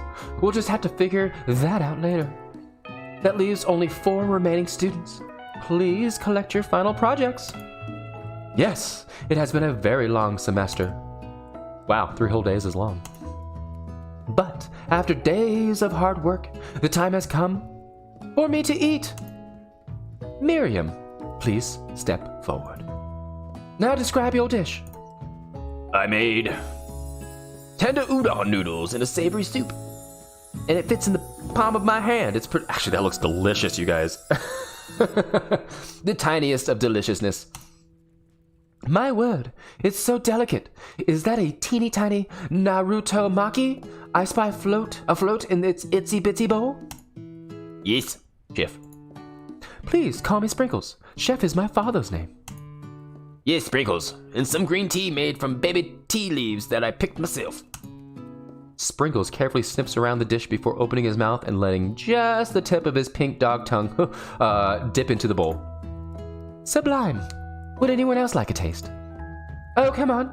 I'm not the only one those dogs who doesn't floss. Oh, wait. Oh, come on. I'm not one of those dogs who doesn't floss. I even have a really cute electric toothbrush for dogs. Fine. I'll enjoy it all by myself. And in a flash, the entire meal had been devoured. Not that it took much. It was less than a thimble's worth of soup. A+. Rarely do I taste a dish with so much love poured into it as yours. Miriam was overjoyed. She gives you a huge hug. Aw. Thank you, Twisty With, for helping me believe in myself. Von Von, you're up. Now describe your dish. I like made uni over smooth egg custard and an axe-hewn urchin shell, topped with caviar. That looks interesting. Do you skewer one type of urchin with spines from a second? Different colored types of urchin? Yes, Sprinkles. A bit much, don't you think? That's exactly why I did it. It's a bit much. It's kind of my brand. Doesn't it look cool? Sprinkle leans in to sniff the uni, but he can't get his nose close enough on account of all the spikes. He begins to paw at it erratically, causing the custard to slosh around. Woof, woof. Please, be gentle with, my cuisine. Grrr. Finally, Sprinkles goes all in, tongue first, but he can't get past all the needles. He reels back as his tongue is poked and prodded. Ouch! My tongue! The professor appears to be having an allergic reaction to the sting. Oh no. I can't eat the thing! I can't eat it! It's poking my tongue! Disqualified! A stunning turn of events. Who would have thought that serving food in a bowl made of needles would make it difficult to eat? Dejected, Von Von does not go gentle into the night. Disqualified? For glamour? Don't discount simplicity. This isn't the last you've ever heard of me. Before forcing us to endure his swollen tongue for another moment, Sprinkles graciously laps a bowl of milk. I know, yeah, I'm a dog, and I drink milk. Get over it. Sometimes it helps calm my agitated tongue. Next student, Ashley. It's time to step up. Now describe your dish. I like made orange blossom Turkish delight in a light rose water syrup topped with French margarine and connected by sugar glass. Wow, that's actually really pretty. Actually, that doesn't sound too bad. Indeed, it's quite delightful. However, I'd ask that you please refrain from eating it or attempting to taste it anyway. It's very fragile and meant to be displayed. Don't eat the food at a cooking school? Got toast in your eyes or something? Twisted with? I told you, it's a display piece. Gall. Ashley, I must say, it is beautiful. However, this is a cooking competition at a cooking school. Yeah, but why? Which is why I cooked it and did an extremely good job cooking it too. I didn't realize that we were having an eating exam. If I wanted to be judged on eating, I'd go to College of Eating School for the Hungry. Sprinkles says nothing. I suppose you could smell it if you absolutely insisted, but don't breathe too hard. You might disrupt the sugar spirals. If the food cannot be eaten, it cannot be judged. You are disqualified. Rage takes over Ashley, and she finally cannot keep her two-faced routine up. You wouldn't know high-end cuisine if it cooked you. And with that, Ashley storms off to rededicate herself to being the best, but this time without being shackled by trying to be fake nice and liked by everyone. This isn't the last you've heard of me either. Sprinkles, if this class gets much smaller, I'll be teaching myself. You and Colonel Sanders are the final cooks. Step up together. 2 chefs? What began as a bowl of delicious mac and cheese, yum, has become something else. He examined it closely, sniffing and eyeing the bowl.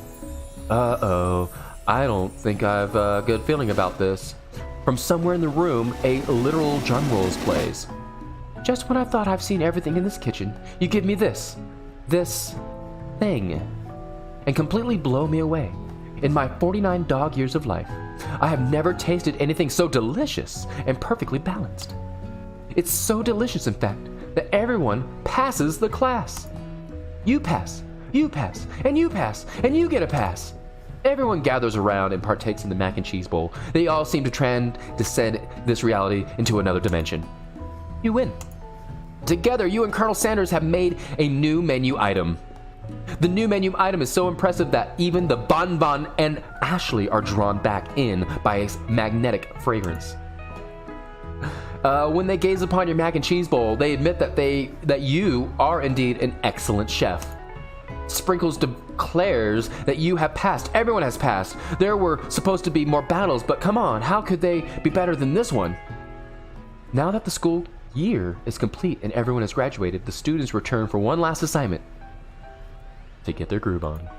The cafeteria has been completely redecorated in order to serve as site of the school graduation dance. Compared to the massive high-tech Cook Arena, the humble decor seems downright cute and cozy. DJ Dog is in the house. Ow, ow, ow, ow, ow, ow, ow. DJ, where's my DJ? Come here. Oh my gosh, here's my DJ. Ow, ow, ow, ow. Hi, Lucy. You are the puppy chef teacher, and now you are the DJ puppies.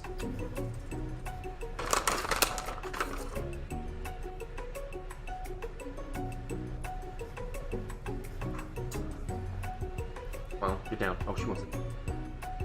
Go. So my DJ dog is gone now. All right.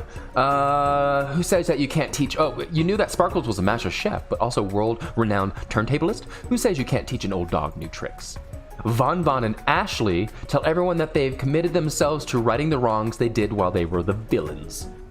Okay. For a moment, you actually believe them. Not another haunting. Oh, God. No ghosts allowed at graduation. It's clearly written in the school's bylaws. I was never actually a ghost. It was a trick to get you to finally notice me, said the students.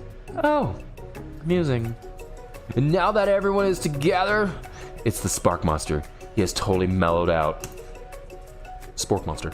Everyone, the Spork Monster is no more. From here out, I prefer that everyone refer to me as my new name, Party Monster. Party time!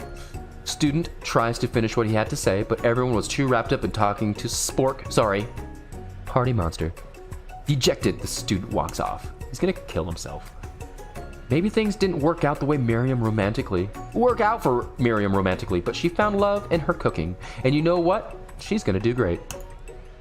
A red carpet rolls out across the floor of the ballroom. It's like a Hollywood movie premiere. Who could command such an entrance? It's Pop. He arrived late to the dance, but apparently for good reason. Walking the carpet, you see perched atop his dirty chef hat a crown? Welcome back, Pop.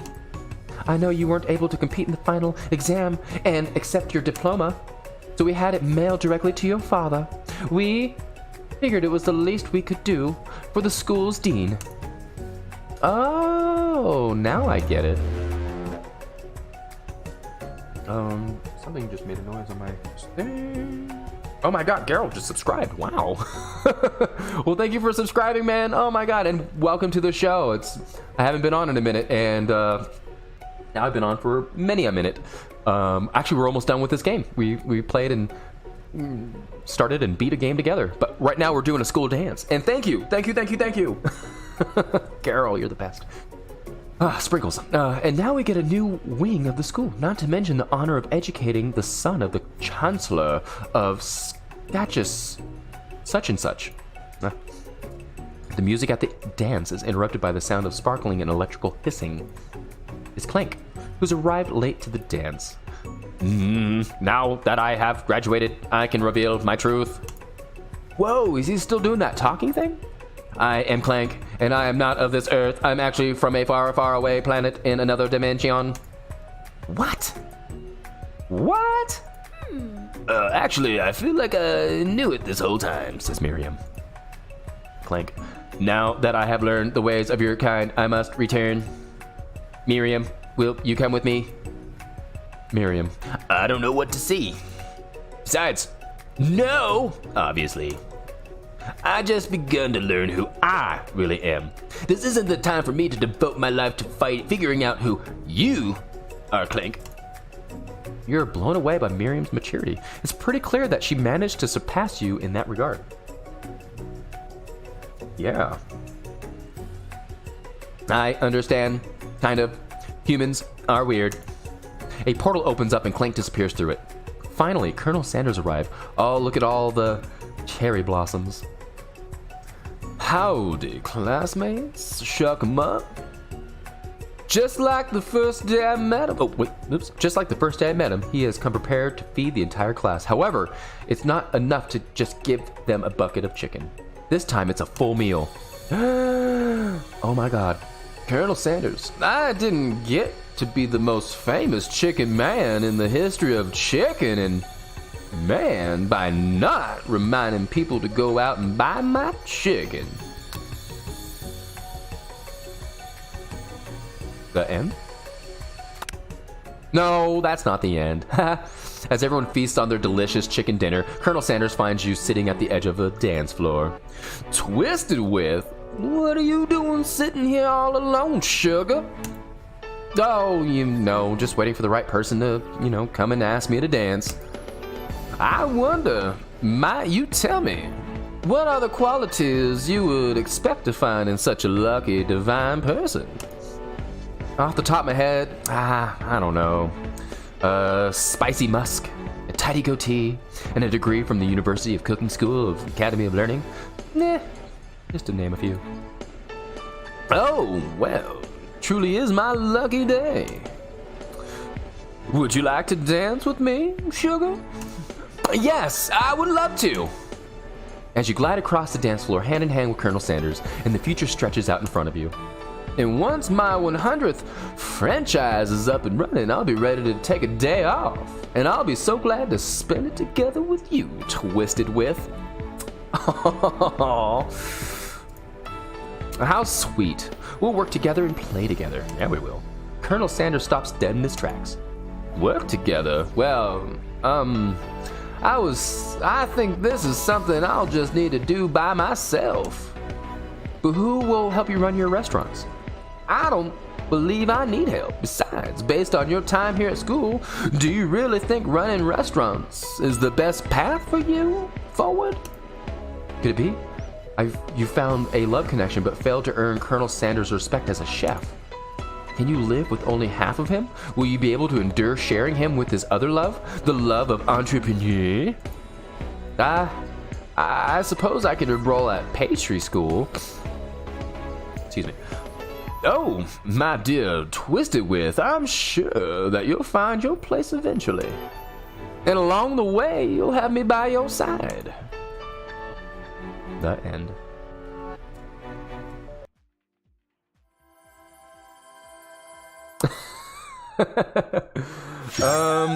We did it, guys. We just played a game from beginning to end.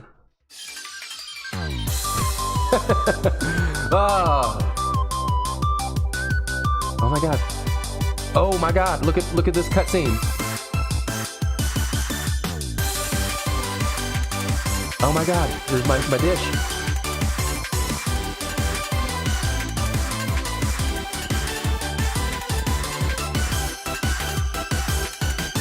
I'm sorry, I'm just totally engulfed in this cutscene. We did it. We absolutely did it. So, I love you, Colonel Sanders. There's the game. That is fantastic. So yeah, what'd you guys think? I liked it. I thought it was funny. I thought it was funny in the beginning too, because I was trying to figure out like whose voices I was gonna have, and then once I kind of got into my groove, everything kind of fell into place. But yeah, that was freaking awesome. Not a really bad way to start my first stream back after being gone for a minute. So So yeah, thank you everybody for tuning in and watching me play this game. I know this is not my typical kind of game. If you're watching me outside of Twitch, thank you so much. If you guys are watching me on Twitch, I can see you running around on the bottom of my screen. Please don't forget to hit the likes and the follows and all the things, because, you know, we still technically have one more day to hit my 5 more followers to get to 200. I know I've been MIA, but I've also been not feeling well and work and all the stuff I've already told you guys about. But yeah, you know what? I'm going to take a quick little break. I've got some work stuff I need to get back in touch with, and then I'll probably be back playing something else. I have zero idea what, but either way, I'll be with you guys. Thank you so much for the subscribes, Garrel. Thank you so much for the bits, nay, Comey, or cheers. Thank you so much for hanging out with me, and I love every single one of you guys. Please remember that. I do. So, that being said,